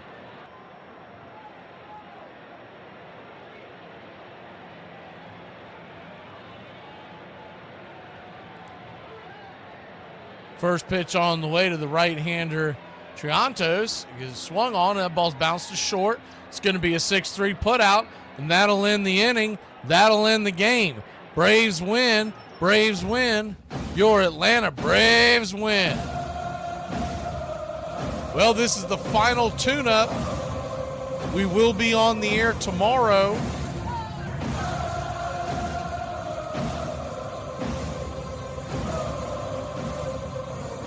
As tomorrow, 12 p.m. Eastern, the preseason prediction show will be right here on Braves Country and all your radio outlets. We'll see you then next time. We should have all the emojis loaded in by opening day. Opening day is a long day. We're going to be going 12 p.m. for the series preview. And opening day, we will come back on, replay that for anybody that missed it. And then we will do pitch-by-pitch, play-by-play 410 against the Padres. And that is going to be Chris Sale Day. Chris Sale against Michael King. Y'all have a great one, Braves Country. We will see you mañana. If you miss it tomorrow, it'll be up on YouTube for the next couple of days. Kind of give you a preview and an idea of what's going on in the rest of the world of baseball. Have a great one, Braves Country.